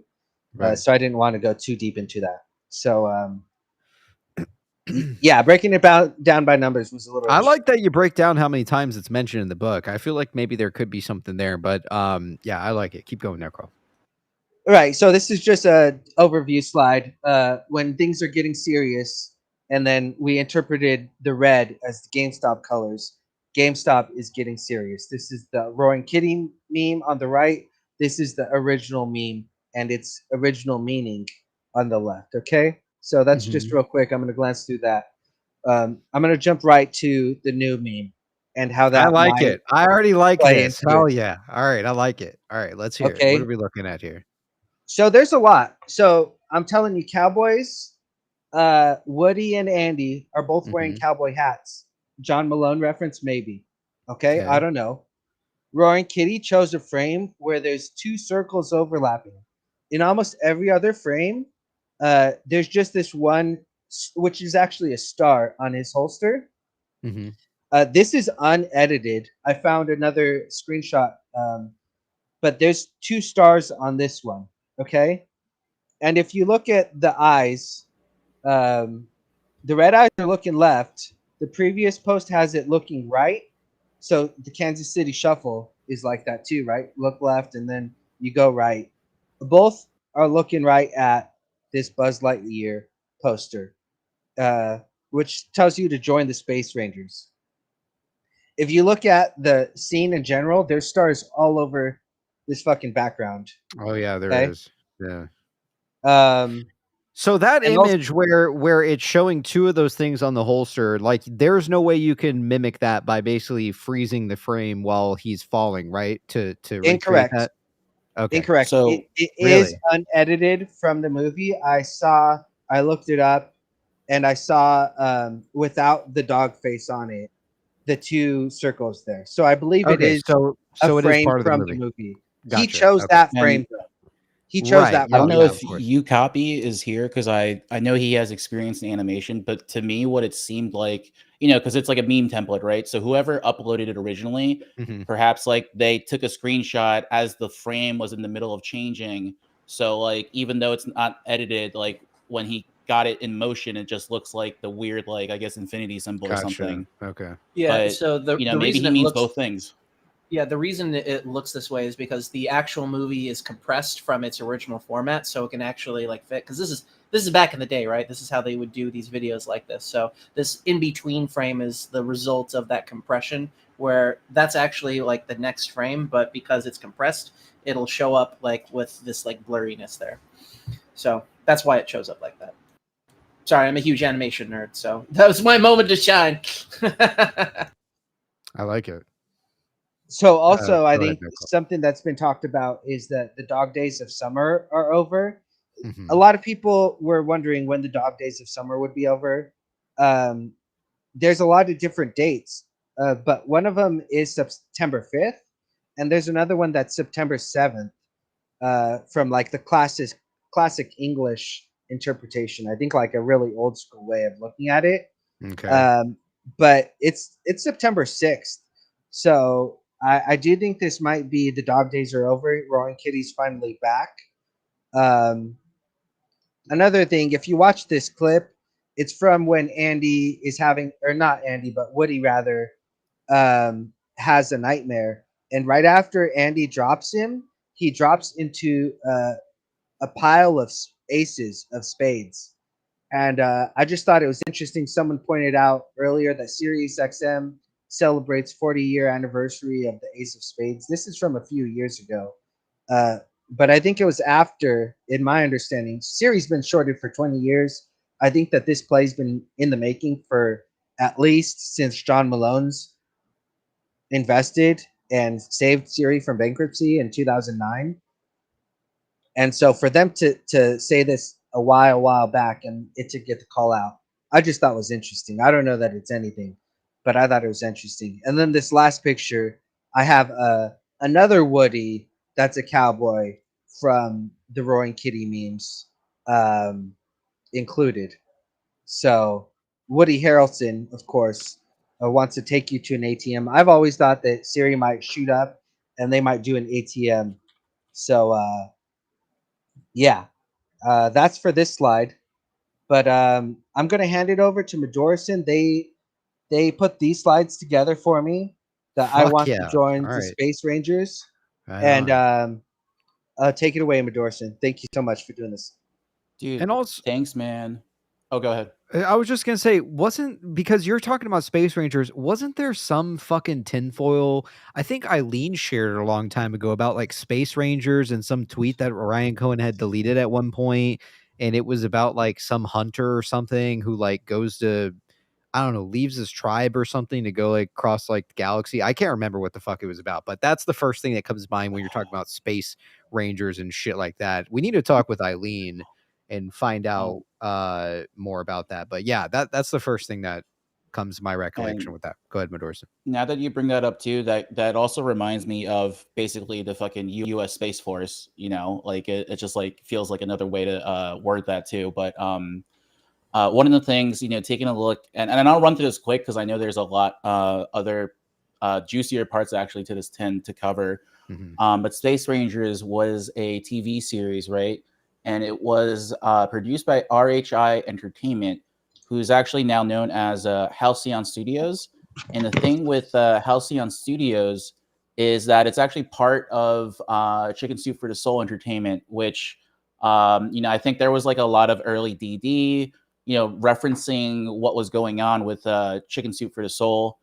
And, you know, I found out just recently, actually, in I think it was like, I don't know, April or something like that, where they're actually going through a chapter 11, actually. And then the judge ended up converting it. I think it was sometime in July to a chapter 7 liquidation because of, you know, misusing the business by the CEO, which was also just really interesting parallel to, you know, what we're also seeing with BBBYQ. And the thing about the founder too of RHI, real quick, was that him and his son worked together as a team, right? And what does that remind you of? The picture that Ryan Cohen posted of him and his dad working at Chewy together. And this guy, Robert Helmy Sr., he worked until 90 years old, until you know, he died on July 30th, 2014. So, you know, this guy loved to work, loved to do what he did, which was, you know, from what I briefly learned, producing television, making documentaries, and then he's done like literally classics to movie adaptations. So one of the interesting things, obviously, I highlighted is Alice in Wonderland, and then also You Lucky Dog, I believe, is a Hallmark movie. But take a look at the synopsis. It's very interesting in what kind of goes on in that movie. And, you know, shout out to Nick. He's not here, but, you know, one of the things he also helped find out was Linda Hunt in the Space Ranger show was also starred as the Shadat Mapes of the original 1984 Dune series. So that's also some crazy tin that connects to, you know, again, like the sandworm that's coming. And yeah, it's some crazy shit with this. Like it goes so deep. But yeah, that's all for this one, Net. If you want to move to the next one real quick. So the other thing that we kind of see with the colors that are used, right? Because the first dog that was posted was the green eyes, and then today was the red eyes. And, you know, I'm just thinking of mergers and what could go together. So you put green and red together, at least in, you know, what you see there, that like Venn diagram. So for RGB, that's for digital images. And then for CMYK, that's if, you know, let's say you took a picture and you wanted to blow it up really big on a poster or something, you're going to use that color format. So when you put the green and the red together in that CMYK format, you actually end up getting black, which is the center point of that circle. And what do you know? The fucking Chewy dog Stella has a black star for a freaking eye. Like, that's crazy shit. And then, you know, Poon Addict too. Madorson. Like with the holster, finding out it's basically 2 stars inside of each other with the sun and the outer star. Basically, it's like 2 stars that merge together, and it's just like, that's fucking Sirius. I like Sirius is it. the dual star system. There's a Sirius A and a Sirius B, actually. You boys are So, onto something here. Yeah, I've also seen people say that this might be the merger. This might be circles merging together to be like Liberty and Siri doing the merger, depending on how you want to look at it. So I've already revisited this, but it's like the most direct call out. DFV posted this on 110 of the day of the 110 split for Siri. You cannot be serious is the thing he says right after this fucking clip. And if that's not a direct call out to Siri, I don't know how to convince you. But I'm going to keep trying. We got a lot more slides, baby. Let's fucking go. So the next slide, we got some sandworms. Also at 110, there's sandworms all over this fucking play. There's sandworms in Star Wars, I mentioned already. There's sandworms in Beetlejuice. Beetlejuice Day was today. I thought today was going to be a big day. I honestly predicted that Roaring Kitty was going to come back on the 2nd. I thought Labor Day weekend was going to be pretty special. It took him a few days later. He was a little bit late, but I'll forgive him. 9-6, I'll fucking take, dude. The tweet today, oh my God, sent me over the moon. And so, well, Nightcrawl, I'm sorry to interrupt. My man. I just want to give you the good news for the day. Go look at the entire marketplace. It was red. But just go look at the stocks that were green. There wasn't very many of them. GameStop, Chewy, Beyond, and AMC. Those 4 stocks were all green and the rest were red today. That's fucking crazy. Yeah. That just proves the fucking basket is alive and well, right? I mean, like, yep. It's hard to deny it, right? Yeah. For sure. Anyway, sorry to interrupt, brother. I just wanted to give you the good news for the day. Great point, ABC. Yeah, I think so, ABC. I thought, not just Roaring Kitty coming back, but I really felt like, the sandworm was coming back today. This was predicted too. The sandworm was supposed to show up today. If you counted, I thought it was going to be, Forrest Gump landing on 9-2. But if you count through with that theory still, this Dune tweet would have landed today too. So I thought the sandworms really lined up today. And the bank robbery is still on schedule for 9/10. I hope. No dates, of course, but the Butch Cassidy bank robbery would be that day. Wait, what day? The 10th, or the 9th. I forget. I'll have to recount. Oh, okay. It's either the 9th or the 10th. They're right around the merger, though. Yeah. Maybe it's the 9th, actually. I think I'm getting confused with the earnings report. I mean, if it's the 9th, and that's like the same day, or basically the last trading day before the merger, I mean, that, whew, boy, that's making me sweat a little bit. Banker says Siri was red today. What does that mean? And also, one thing I noticed too with when Roaring Kitty posted his meme, I saw Siri actually spike upwards like 1.2 million. So yes, in terms of volume. So I don't know what was going on there. It didn't close fully green, but we most certainly did move back up for the rest of the day on Siri, just completely unrelated entirely. But yes, I did notice that today. So I love Poon Addict, dude. I love Poon. I love Poon Addict, maybe more. And that's saying a lot because this guy brings me some good tin. I smoke it every time. I don't even check for quality. I'm just smoking it because he's so consistent. And anyways, no one really knew what the fuck this picture was. It's like, oh yeah, he's in a chair behind some bears, but this guy's digging deep. He found the actual website, barcalounger.com. You can see on the left is a picture of the chair. The picture of the bears is put right in there. He just Yeah, added his cat ears. I remember when we were discussing this, I'm pretty sure that company had gone through a bankruptcy and reemerged, if I remember correctly, when we were actually diving into that company. Oh, no shit. Yeah. Really? So you've heard of this before? The The chair?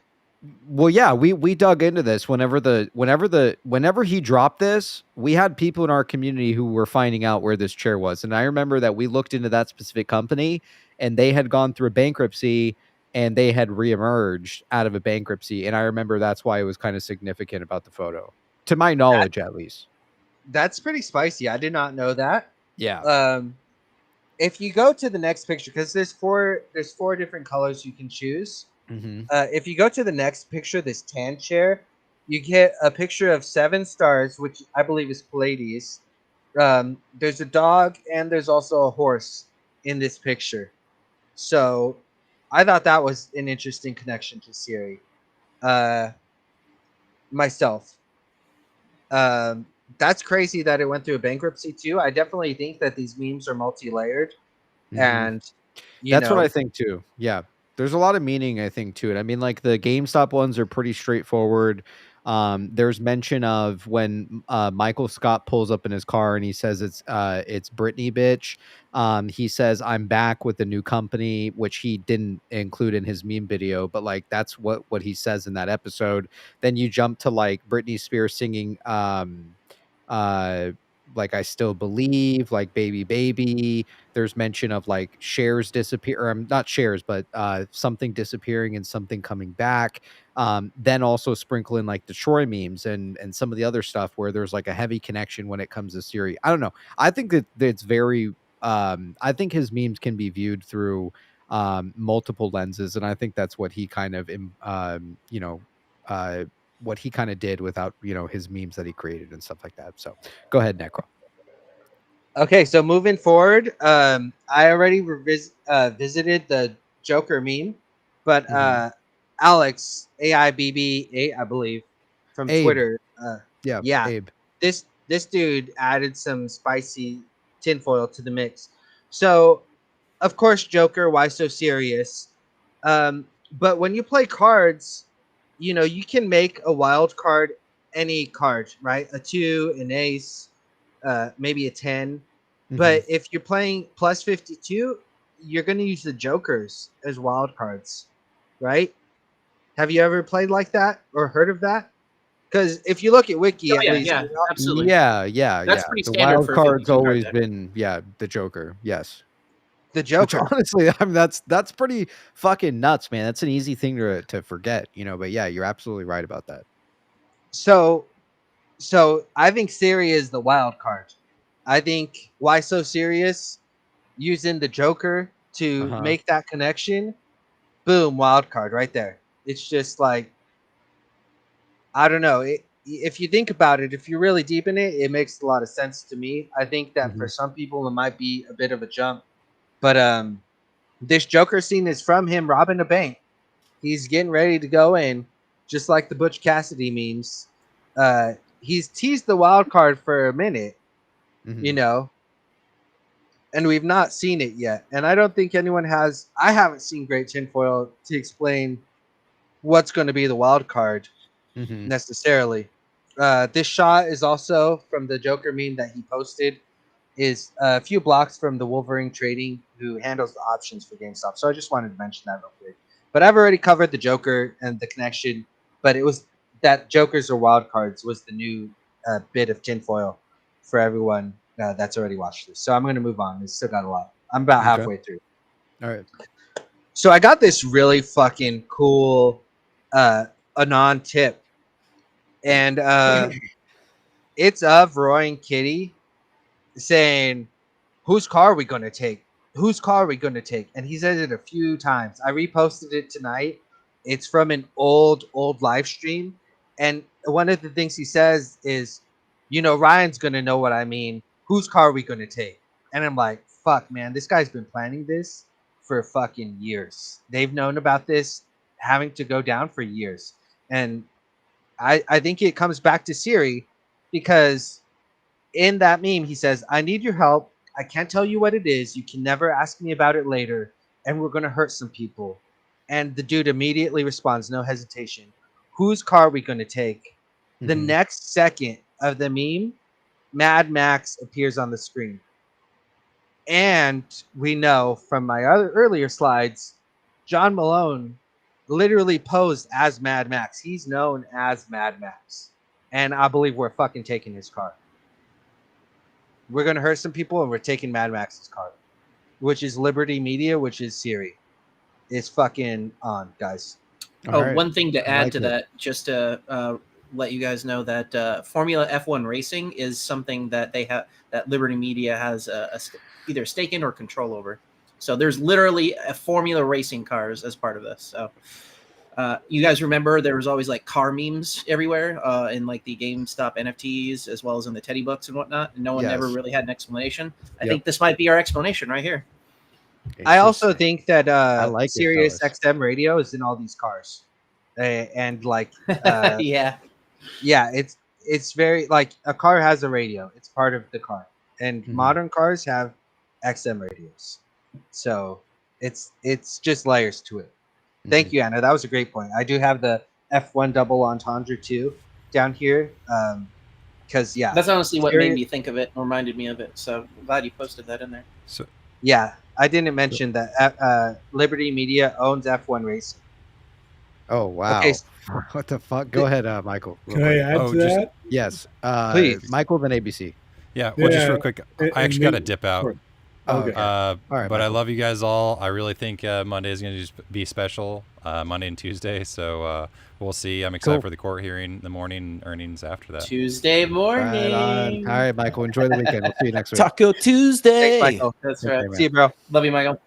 See you. All right, let's hear it, ABC. Yeah, just quickly. I'm sorry to interrupt like that. I'm just thinking. So Liberty owns Formula One, and Kansas City. Patrick Mahomes and one of those other teammates just recently invested into Formula One to have part ownership in a Formula One racing team, and obviously that's the husband or boyfriend, boyfriend of Taylor Swift. Sorry, I did not know that shit. Wow. Yeah, that's true. I do. I remember seeing the news reports on that. People have been posting it, so that's a cool connection. Yeah, definitely. I think it's Taylor Swift's boyfriend. Is it Kelsey that she's dating? And Mahomes. Yeah. I don't know. I don't keep up on celebrity stuff. They invested into a Formula One race team, which is owned by Liberty Media, which owns Sirius as well. And Taylor Swift just recently signed on with Pandora. Pandora is the largest streaming service. They're actually owned by Sirius. And this platform just signed on a slew of other artists too as well, and it's literally the biggest streaming service in the world in terms of subscriber count. Yeah, Siri owns Pandora, which they're both huge in the music space. Sort of different coverage. Sirius XM has like radio stations that they play the songs, but Pandora has the best AI out there.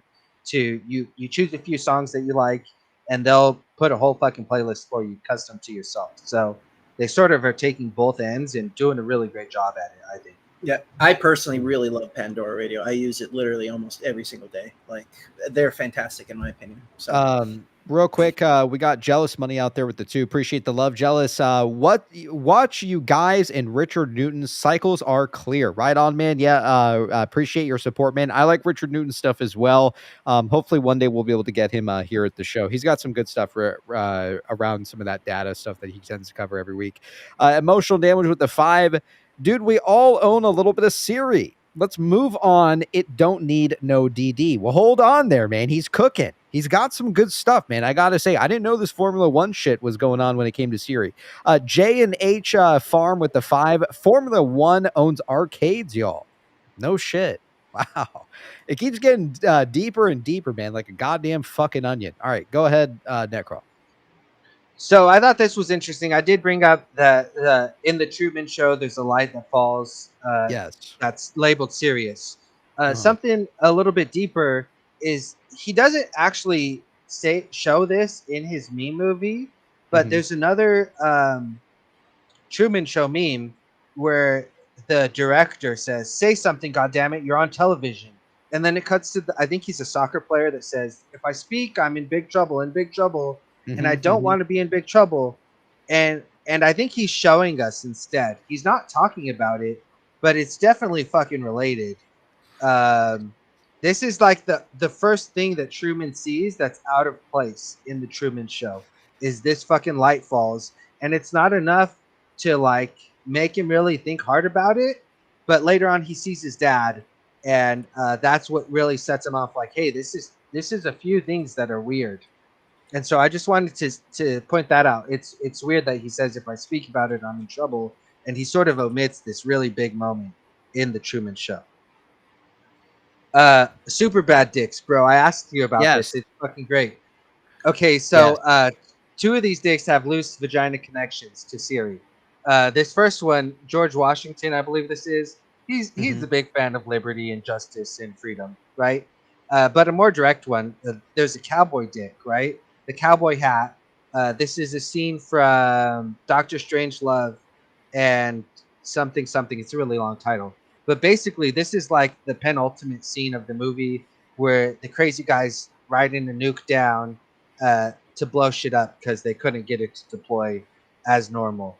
And I believe this is a cowboy who's John Malone dropping the nuke on the shorts. I've always believed that the most important things in the memes are either at the very front, the very middle, or the very end of the meme movie clip. I mean, and this is the last frame. It's very fucking short. It's like a half second at the end of all of the dicks that he shows. So I do think it's critical. It also says Big Boy. I think Big Boy is adjacent to this play. That's not really as important. That's more tinfoily than I'd like to get into. All right on. But super bad dicks. You heard it here first. This is the tinfoil I'm smoking. It's a PPShow exclusive, man. Right on. Yeah. We're following up with the Babadook, dude. The Babadook story. Yes. I don't know how many people. This came up recently too. You know, that little kid going in the back seat. It's really fucking funny. Why can't you be normal? Movie. Anyways, it's about this story. He says, "I'll wager with you. I'll make you a bet. The more you deny me, the stronger you get. I get rather." And I sort of thought that was like, you know, if you ignore naked shorts, they're eventually going to have to close.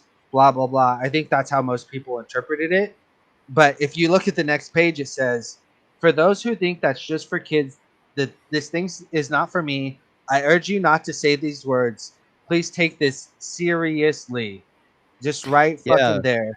Yeah, and Roaring Kitty used that "I'll wager with you, I'll make you a bet" with the that was when he was doing his live stream. Yeah. He used that was that saying. That was the, what do you call that, PP? What, that front cover thing at the beginning of a stream or something? A thumbnail. Is it just a thumbnail? Okay. Yeah. Okay. That's I guess what so. he was using. A thumbnail. Yeah. So I thought Very that was interesting. pretty pointed. Like, you just got to look a little bit past the memes sometimes, just a little bit, and you see it seriously right there. This was probably my favorite new tinfoil because it was just so ridiculous at first. I was like, just entertained by it. Yeah. All right, this might be a reach, but maybe. All right, maybe so. Okay, so at first it was, but then everything else sort of clicked for me. Okay, so right, it sort of says Siri backwards and down, and it was just a joke. We were joking about it. If we had an album, this would be our cover. But then Natalie, who's really dropped some great insight, said, "Has anyone noticed this Britney meme? It looks like there's a star around her. But it's also the same sign as the signs, which is the aliens. Do you guys see the star right here? Yeah, I never noticed that. Give me a sign. This is aliens. This is Siri, but it's also double Siri because it's fucking a star too.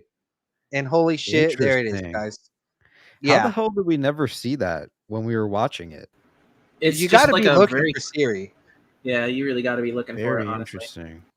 It's kind of like Someone how else- we didn't, when we were looking at these originally when they were first coming out, and we were like trying to, you know, piece it together, and we saw that one where it's like the car chasing after the guy, and he's like exhausted or whatever, and then he turns around and he pulls something from his pocket, and then that's kind of where the meme ends. But then we looked at the video, we went past it, and it's like he pulls out the matchbook, and on the matchbook it's a picture of a baby, right?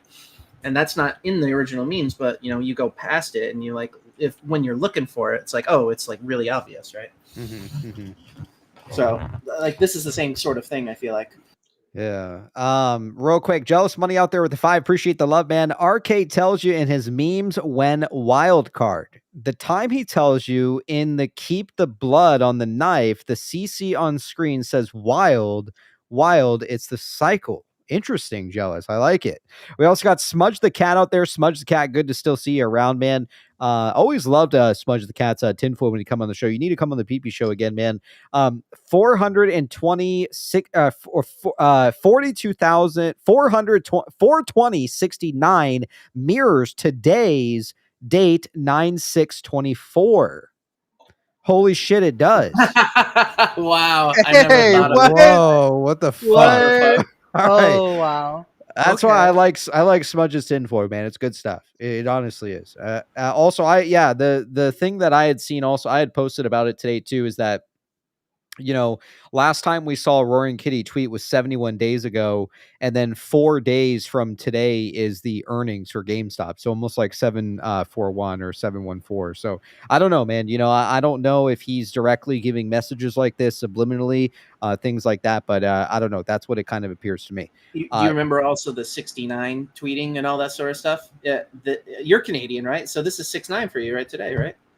Well, yes, I'm Canadian, but I live in the States, so I go off of the United States. Well, you see what I'm getting at. Calendar Did you days and guys- stuff. I'm did you guys see oblivious to.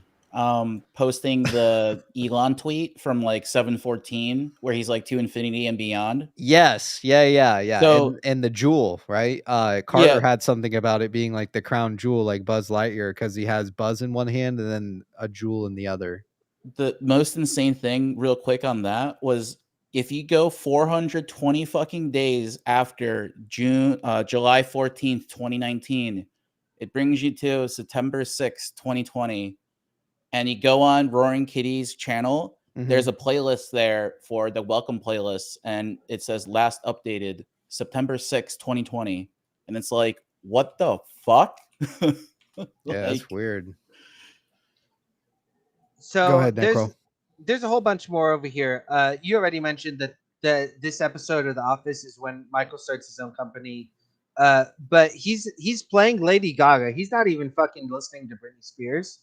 And Lady Gaga was in A Star Is Born. So there's some other tinfoil. I'm going to release the slides later if you want to read everything. And like I said, with the Michael Scott thing, in that scene, he pulls up and he says, I am back with a new company, and it's the Michael Scott Paper Company or something, because he's going up against I don't know, the company itself, Dunder Mifflin, stuff like that. I'm sure people have probably seen The Office, probably seen the episode, but that part I think is the most important part too. All right, so moving on, confirmation bias rising, dude. I saw this and I saw a big bright thing. I was like, that sort of looks like a star. And I tried to decode this. I was like, that looks like an anagram. And I didn't really get that far at first, but someone else pointed out after we talked about it that you could rearrange the letters to that Siri. So I think I talked about this last week. So I'm just going to move on real quick. This one was pretty cool. Sirius XM nods back to Roaring Kitty. Okay. This was posted just a few days ago. This was a Roaring Kitty's original meme. Frank Sinatra, that's GME. They used the same exact fucking picture. No shit. Yeah, this is new. On Sirius XM, they're exclusively playing Seriously Sinatra. And these were all the dates and times. All of September, dude. Dude, I've never seen that. I gotta say, crazy. That's a really fucking weird ass coincidence, but yes, very fucking odd. They've nodded I back don't believe a few in times. coincidences anymore, man. I no more coincidences. I didn't include it, but whoever tweeted this also included that on Trump's Spotify Rewind or Wrapped or something. Frank Sinatra was on there. I didn't include it because the picture was so blurry and it's like even more of a reach than most of the stuff. But yeah, this was from 2020. So like I said, I think a lot of this has been played or planned for fucking a decade at least. Very interesting. Yeah, that was August 29th is when they posted that with the Frank Sinatra. All in September too. September is a spicy month, dude. For something, there's more tin. I haven't even got to it. Originally, I thought this Fury tweet was all about you. I know you guys played the song during the intro, right? But like the first thing Video Game Donkey says is a game where every boss fight feels like the final boss. And the final boss of Fury, have you played it actually? I wanted to ask you. I haven't no, like I maybe like played like it like years ago, but I never finished it or anything like that. I don't know about any of the lore, stuff like that. The Star is the 10th and final boss of Fury. That's all I really need to say. It's an optional boss. All this is sort of interesting. Like you could go into Siri, you don't have to. You're still gonna make it. You know, we're all gonna make it. But depending on the ending chosen, you can avoid fighting this boss entirely. Blah blah blah. I think the stars are serious. Yeah, I'm gonna move on just in sake of time. I like it. I didn't know that his name is the Star. The final boss. There's a lot of bosses that seem like the final boss, but the real one is the Star. Right. The dog days are over. The dog days are done. That just happened. Can you hear the horses, John Malone? Because here they come. The dog days, I mentioned this earlier, are just over. Also, right in between this meme, it's like when I say run, I think the order is wrong in this screenshot. As soon as they say that, it shows Remember the Titans jamming in the thing. They're all listening to a radio and it says, "Listen, baby." Yeah, It's yeah, like yeah. I forget the song actually. It's like a Temptation song or something. But yeah, and then it goes into the dog days are over. They mentioned the horses, which I think is John Malone. I want to add real here. So horses has been like a common theme as well, and I'm wondering. So this might just be a real stretch, but there's been some weird activity around the stalking horse bidder in the Bed Bath & Beyond bankruptcy. What if there is some sort of strange like merger happening between Sirius and Bed Bath & Beyond, right? Because I mean, if the horses are Malone, maybe he's the stalking horse bidder. Like I don't know. That's just I don't know. something It's weird. That's for sure. I mean, I like it. There's some good connections for sure. I mean, cowboys, horses. I don't know. All right. This tweet, the second tweet is Ferris Bueller, and then Breaking Bad, and then this piano scene. Okay. So Radiohead is a recurring theme. This is the first Radiohead song out of 3. I didn't really go into the other ones, but I just wanted to point that out and talk about that for like a split second. So I told you before, here's Orion's belt, here's Sirius, here's Palladius. They're basically a straight line. It's not exact, but like as far as fucking star charts go, that's pretty much a straight line to me. I'm going to call it pretty good. This song that's played at the end of the meme is called The Light of the Seven. Okay? The Light of the Seven is referring to the Palladius star clusters. It's the 7 stars has its own name. They're all the daughters of these Greek gods and whatever. Anyways, this song is played during the season 6 finale of Game of Thrones during the scene where the sept blows up. You see a great big star right here. This is the Light of the Seven star from the show. But there's also the wildfire, which is a big green explosion. Reminds me of a big green dildo, if I must say, PPShow. I know you're familiar with those. Absolutely. The sept blowing up is sept shorthand for September? Are we going to see big fucking green dildos in September? I think it might be. It might be true, man. It's really lining up to be so. And yeah, Palladius and this number 7 is through here a lot. I don't get into the numerology of it too much, but I've seen people that have, and it's pretty interesting, even so. And here's some more Not So Crazy Trader. I think I showed this last time, so I'm just going to breeze through it. it's showing the connection to the Ferris Bueller meme. That episode, or there's the 7-7 where the eye changes. They recolored it. I forget why I even put this in here. Oh yeah. I do remember now. So the next tweet right after that is the V for Vendetta tweet. It goes, and first the overture, and I had to really look that up. I guess the overture is a piece you play at the beginning of a movie that sort of sets the tone for the whole fucking movie. I said movie, I meant musical or play. Right after that, so he's saying, I'm going to set the motives, and then he says, going backwards to move forwards. You have to really think outside the box to get to the finish line. And then at the end, the Game of Thrones dragon shows up. So Game of Thrones was back to back, and I just thought that was worth mentioning. They did change it from blue to red with the eye. Sort of weird. I don't know how that connects to Siri necessarily, but I thought that was important to mention. Yeah, I like the Game of Thrones one. Just a bunch of stuff I revisited already. What's in the box is probably relating to Pandora's Box, which is owned by SiriusXM. All the cowboy mentions, most likely to John Malone and maybe his posse. The kitty at the end of the Busta Rhymes flip mode matches up with the Sirius documentary text, which ties everything from Signs and Men in Black, anything aliens related, really, to SiriusXM. I also noticed in the Teddy books, the kid is wearing aliens pajamas or clothes in the first book, and the other kid's wearing a bunch of Star stuff. And that's when they mention Sirius the most. The Seal video right here at the halfway point. This is actually the Sirius star chart. This is Sirius itself and the rest of Canis Major. There's a ton of music and music video references. Amadeus has so many tie-ins. I tried to explain before. Troy, Shiny's Brightest Sirius, and my favorite, the Beavis and Butthead, entertain us to anus to canis. So that's pretty much the meme movie.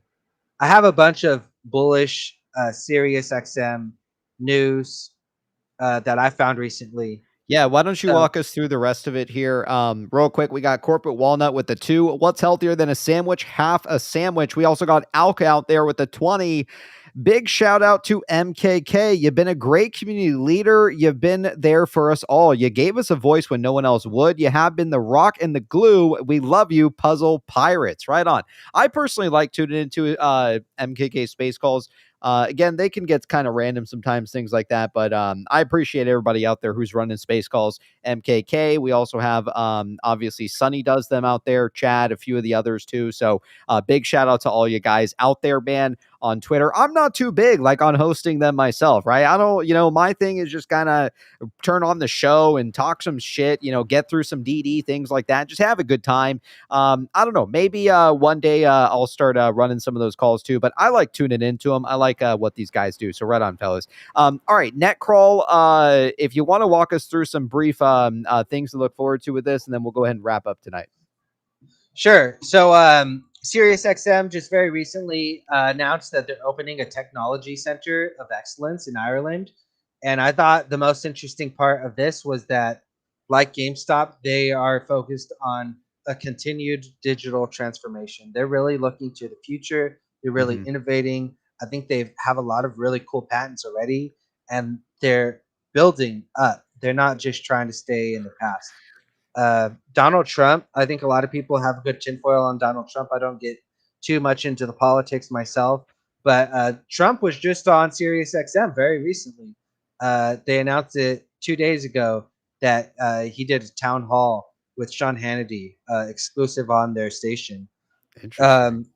Just yesterday, shout out Alex for I saw a lot of people post it, but I got Alex clipped right here. Toyota and Lexus joined a new 3-year SiriusXM subscription partnership. A lot of people are gearing up to, work alongside them. I saw Bill Belichick is doing it. I've got Caller Daddy, Alex Cooper. She's the leading female podcaster in the world right now. She's got like almost 1 million subscriber herself, and she's getting like 4 million views on some of her videos. Pretty big pickup for them. I think they got them from Spotify. She used to be on that network, and now she has an exclusive contract with Sirius XM. But some really cool stuff I saw just recently. I think that might tie more into the play is this communicopia. So right after the merger, Apple's doing a couple big events, the 9th and the 10th. They're unraveling their new Siri AI. And yeah, that's happening at the same time. We've known for a while, since August 19th, that Sirius XM is going to unveil or just talk about their future plans at Goldman Sachs Communicopia and Technology Conference, which is the day after earnings. But they also announced just this week, today actually, that they're doing it on the day of earnings. So the CEO of Siri was already going to talk, but now the CEO of Liberty is also going to give a talk the day before. So we got like Apple back-to-back days. Now we have Siri and Liberty back-to-back days, and they're both overlapped with GameStop earnings. Yeah, which is very suspicious, right? That like this merger has been planned for quite some time. And obviously now we kind of have in this same week that GameStop decides to put their earnings right on the 10th as well. And I want to say that's as well as there was something else happening around that time. I think towards the end of that week, we're supposed to have like also a response as well pertaining to something. So there's a lot happening kind of within this next week coming up that should be kind of interesting kind of moving forward. And also one thing to add with Siri, which I wasn't aware of, they're one of the largest companies out there that acquire a lot of like other businesses and stuff. And according to one video I had watched, like they have pretty good cash flow when it comes to their cash flow. So that could be a reason why Warren Buffett likes the company so much. So I have stolen some DD from Butt Farm. This is like the last few slides. I'll get to that. It's pretty spicy actually. Cool. Yeah. So before we get there, I want to add just wanted to say with the Apple, because I forgot who posted it in chat like earlier, but they posted like a video recording at an Apple event where they're playing through this like infomercial kind of thing. And one of the things that they mentioned with Apple text messages now in the new iOS is that they're going to be able to send text messages via satellite when there's no service for iMessage or some shit. And I was like, damn, that is actually huge. Like, could there actually be something with the Sirius satellites and Apple? Because they have all these patents and shit, and they have a partnership already with, I think, Starlink too, right? So yeah, a lot of coincidences. Yeah. Go ahead, take it away, Netcrawl. Also, Salty Layers with the 2. All of that was a lie. All right, go ahead, Netcrawl. So Sirius XM is also working with both SpaceX and Tesla. It's been confirmed, I believe, that Tesla is adding the Sirius XM app to their dashboard or whatever, their little screens in the car. SpaceX has already launched a few of their satellites and is also launching their next 2 satellites at least up into space to build their satellite network. So I have talked about that before, but it's definitely worth mentioning that they're working alongside Elon Musk. And so I think I mentioned this briefly, but I've got the slide in here. Stole this straight from Butt Farm. Thank you, Butt Farm. FEMA approves Sirius XM channels as emergency. What's EAS? I don't know. Emergency alert system source. So during an emergency, if all the Wi-Fi networks, if all the grid goes down, you could still get satellite service. The satellites will still be up there working, and they'll be able to send you emergency alerts. So they have government contracts. They've got good connections across the industry, and they're innovating in this space. This has been in place since 2005. If you read right here, Yeah, this equipment remains in place to this day. So it's a backup system for our government that we're relying on. Here's to the cash flow. So this is also from Butt Farm. Butt Farm in the chat says it's also called the emergency broadcast system. Thank you so much, Butt Farm. Think phone alerts for shit like tornadoes and hurricanes. Thank you, Butt Farm, for the extra commentary. Because good stuff. Yes. This is from the Shills and Shambles section of the document Butt Farm privately shared with me. And I loved it because people are trying to short Siri. And these are some of the comments. God, it's a publicly traded company. Just look at their earnings reports. Q3 revenue was 2.27 billion with 747 million EBITDA. Net income is higher than Disney. No, they are not going out of business. They are a cash-making machine. Which again is a reason why Warren Buffett probably finds it an attractive stock, right? I mean, looking at kind of what he's been doing in terms of his investing, he's dumping like stocks like Apple. Like this is a blue chip company like Apple.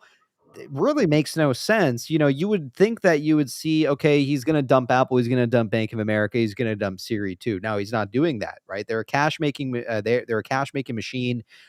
He knows that there's most likely money to be made here, right? My biggest thing is why he's like acquiring more Siri than the other one, LSMK, I think is what it is, because I feel like, the conversion rates just kind of make sense better that way. But I don't know, maybe I'm missing something, or maybe it's all the short interest, all the pressure that it's under in terms of that the options are just absolutely fucking stacked. So really anything could really happen at this point in time. So I don't know. Yeah, there's just a lot more of that. They make $2 billion a year in profits. Yep. What I thought was interesting was this next part, also stolen from Butt Farm. Thank you so much, Butt Farm. Reverse mergers and splits, change the QSIP. Basically, I won't read this whole thing for you. It's saying if somehow they get out of closing their naked shorts, and really just don't, that will still be on their ledger. Those trades can sit in the obligation warehouse forever in theory, but the aged fails, essentially orphaned naked short transactions, remain on the shorter's balance sheet as a liability to be paid later. By Diario's reckoning, then, the cycle of naked shorting and reverse splits would inevitably result in an ever-increasing number of aged fails. And if that was happening, those liabilities grew bigger and bigger, then federal regulators could see the outlines of the scheme on any financial statement. So if it's been shorted for 20 years and all of a sudden they move to a new stock, there's going to be this huge fucking black hole in their ledger. And they're not going to have any way to explain it. And that will be visible. They can't.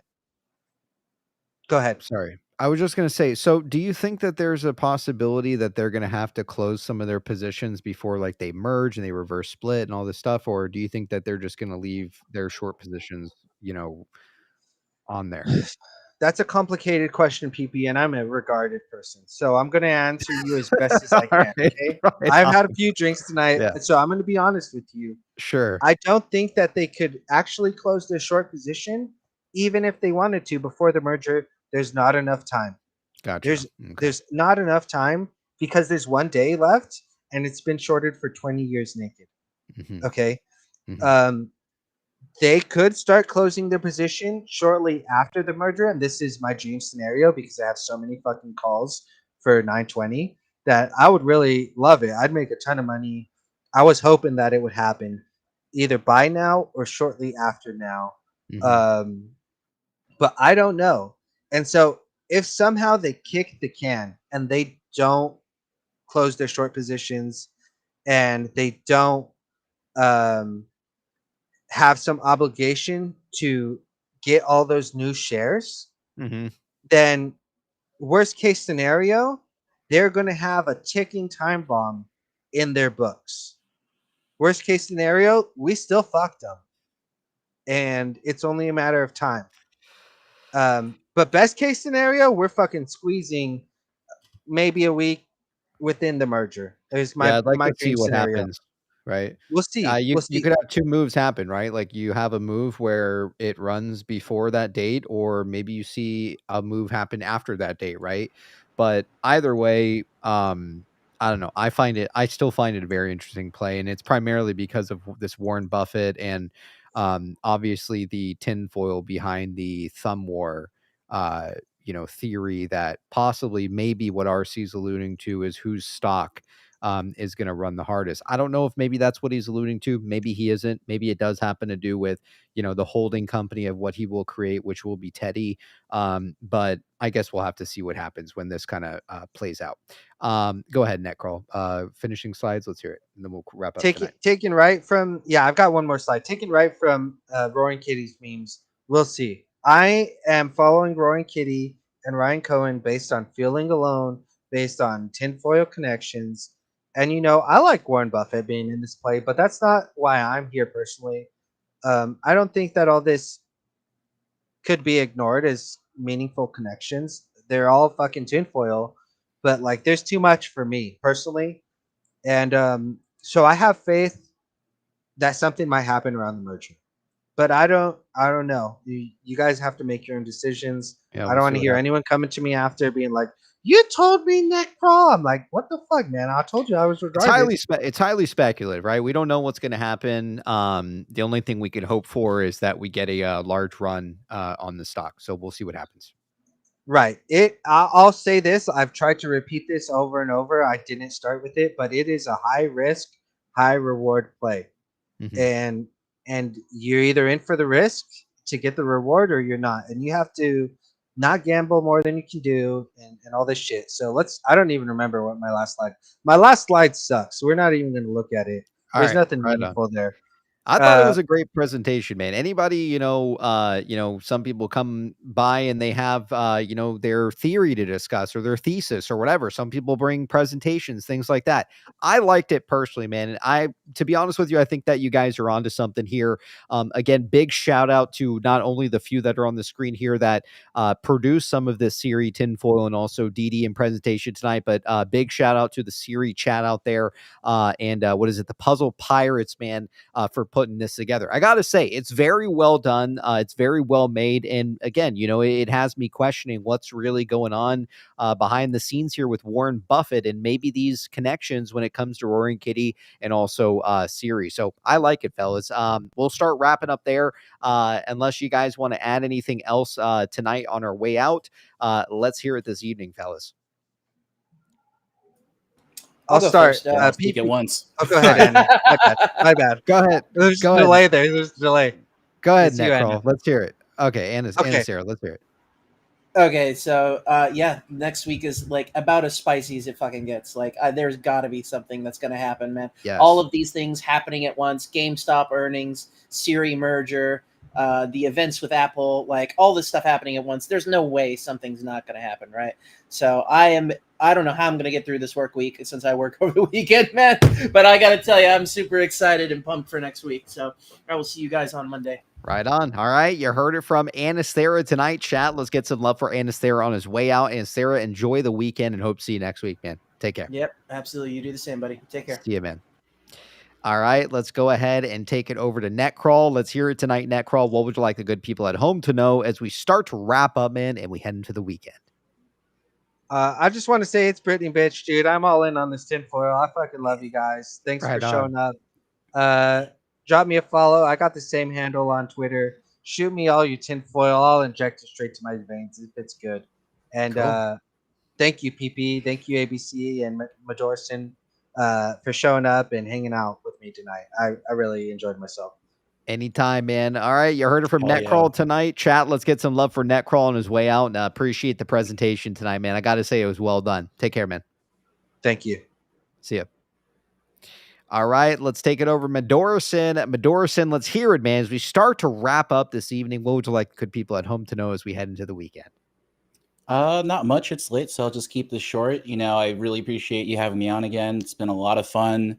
this is the most fucking entertained I've probably been, and I don't even fucking know how long. Like, all these fucking cylinders are firing all the time. Right on. You know, don't forget to touch some grass, take some time, do some deep breathing and shit, hydrate, you know. But love y'all. Thanks for having me on.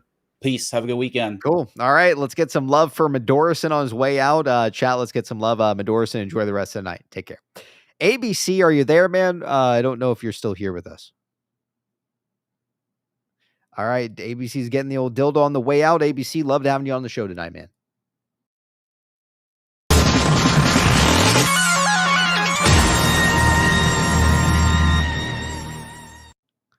All right, there you have it, man. The fucking PP show. We got together, we talked some DD. Hell, all the fellas showed up this evening, man. Again, we had Biggy here tonight, Jake Tooby, a few of the other fellas. Again, that presentation with Netcrawl by Netcrawl with the Siri stuff was some good stuff, man. So with that being said, we're gonna wrap up the show there. Again, appreciate your guys' support tonight. Last tip on the way out from Jealous Money with the 5. They cannot push this out another 15 years. CN cycle T0 plus blockchain / Texas law means they are fucked. Can't wait till they take their medicine. Right on, man. I agree. All right, so we're going to wrap up there. I hope you guys enjoy the weekend, man. Again, take some time off. Enjoy the weekend. We'll get together again on Monday this coming week. And again, appreciate you guys tuning into the show, whether you watch or donate, whatever it may be. Appreciate your guys' support here of the PP show, man. So we'll leave you off with a dildo slap on the way out. Appreciate you guys tuning in and enjoy the weekend. Love you all. Peace.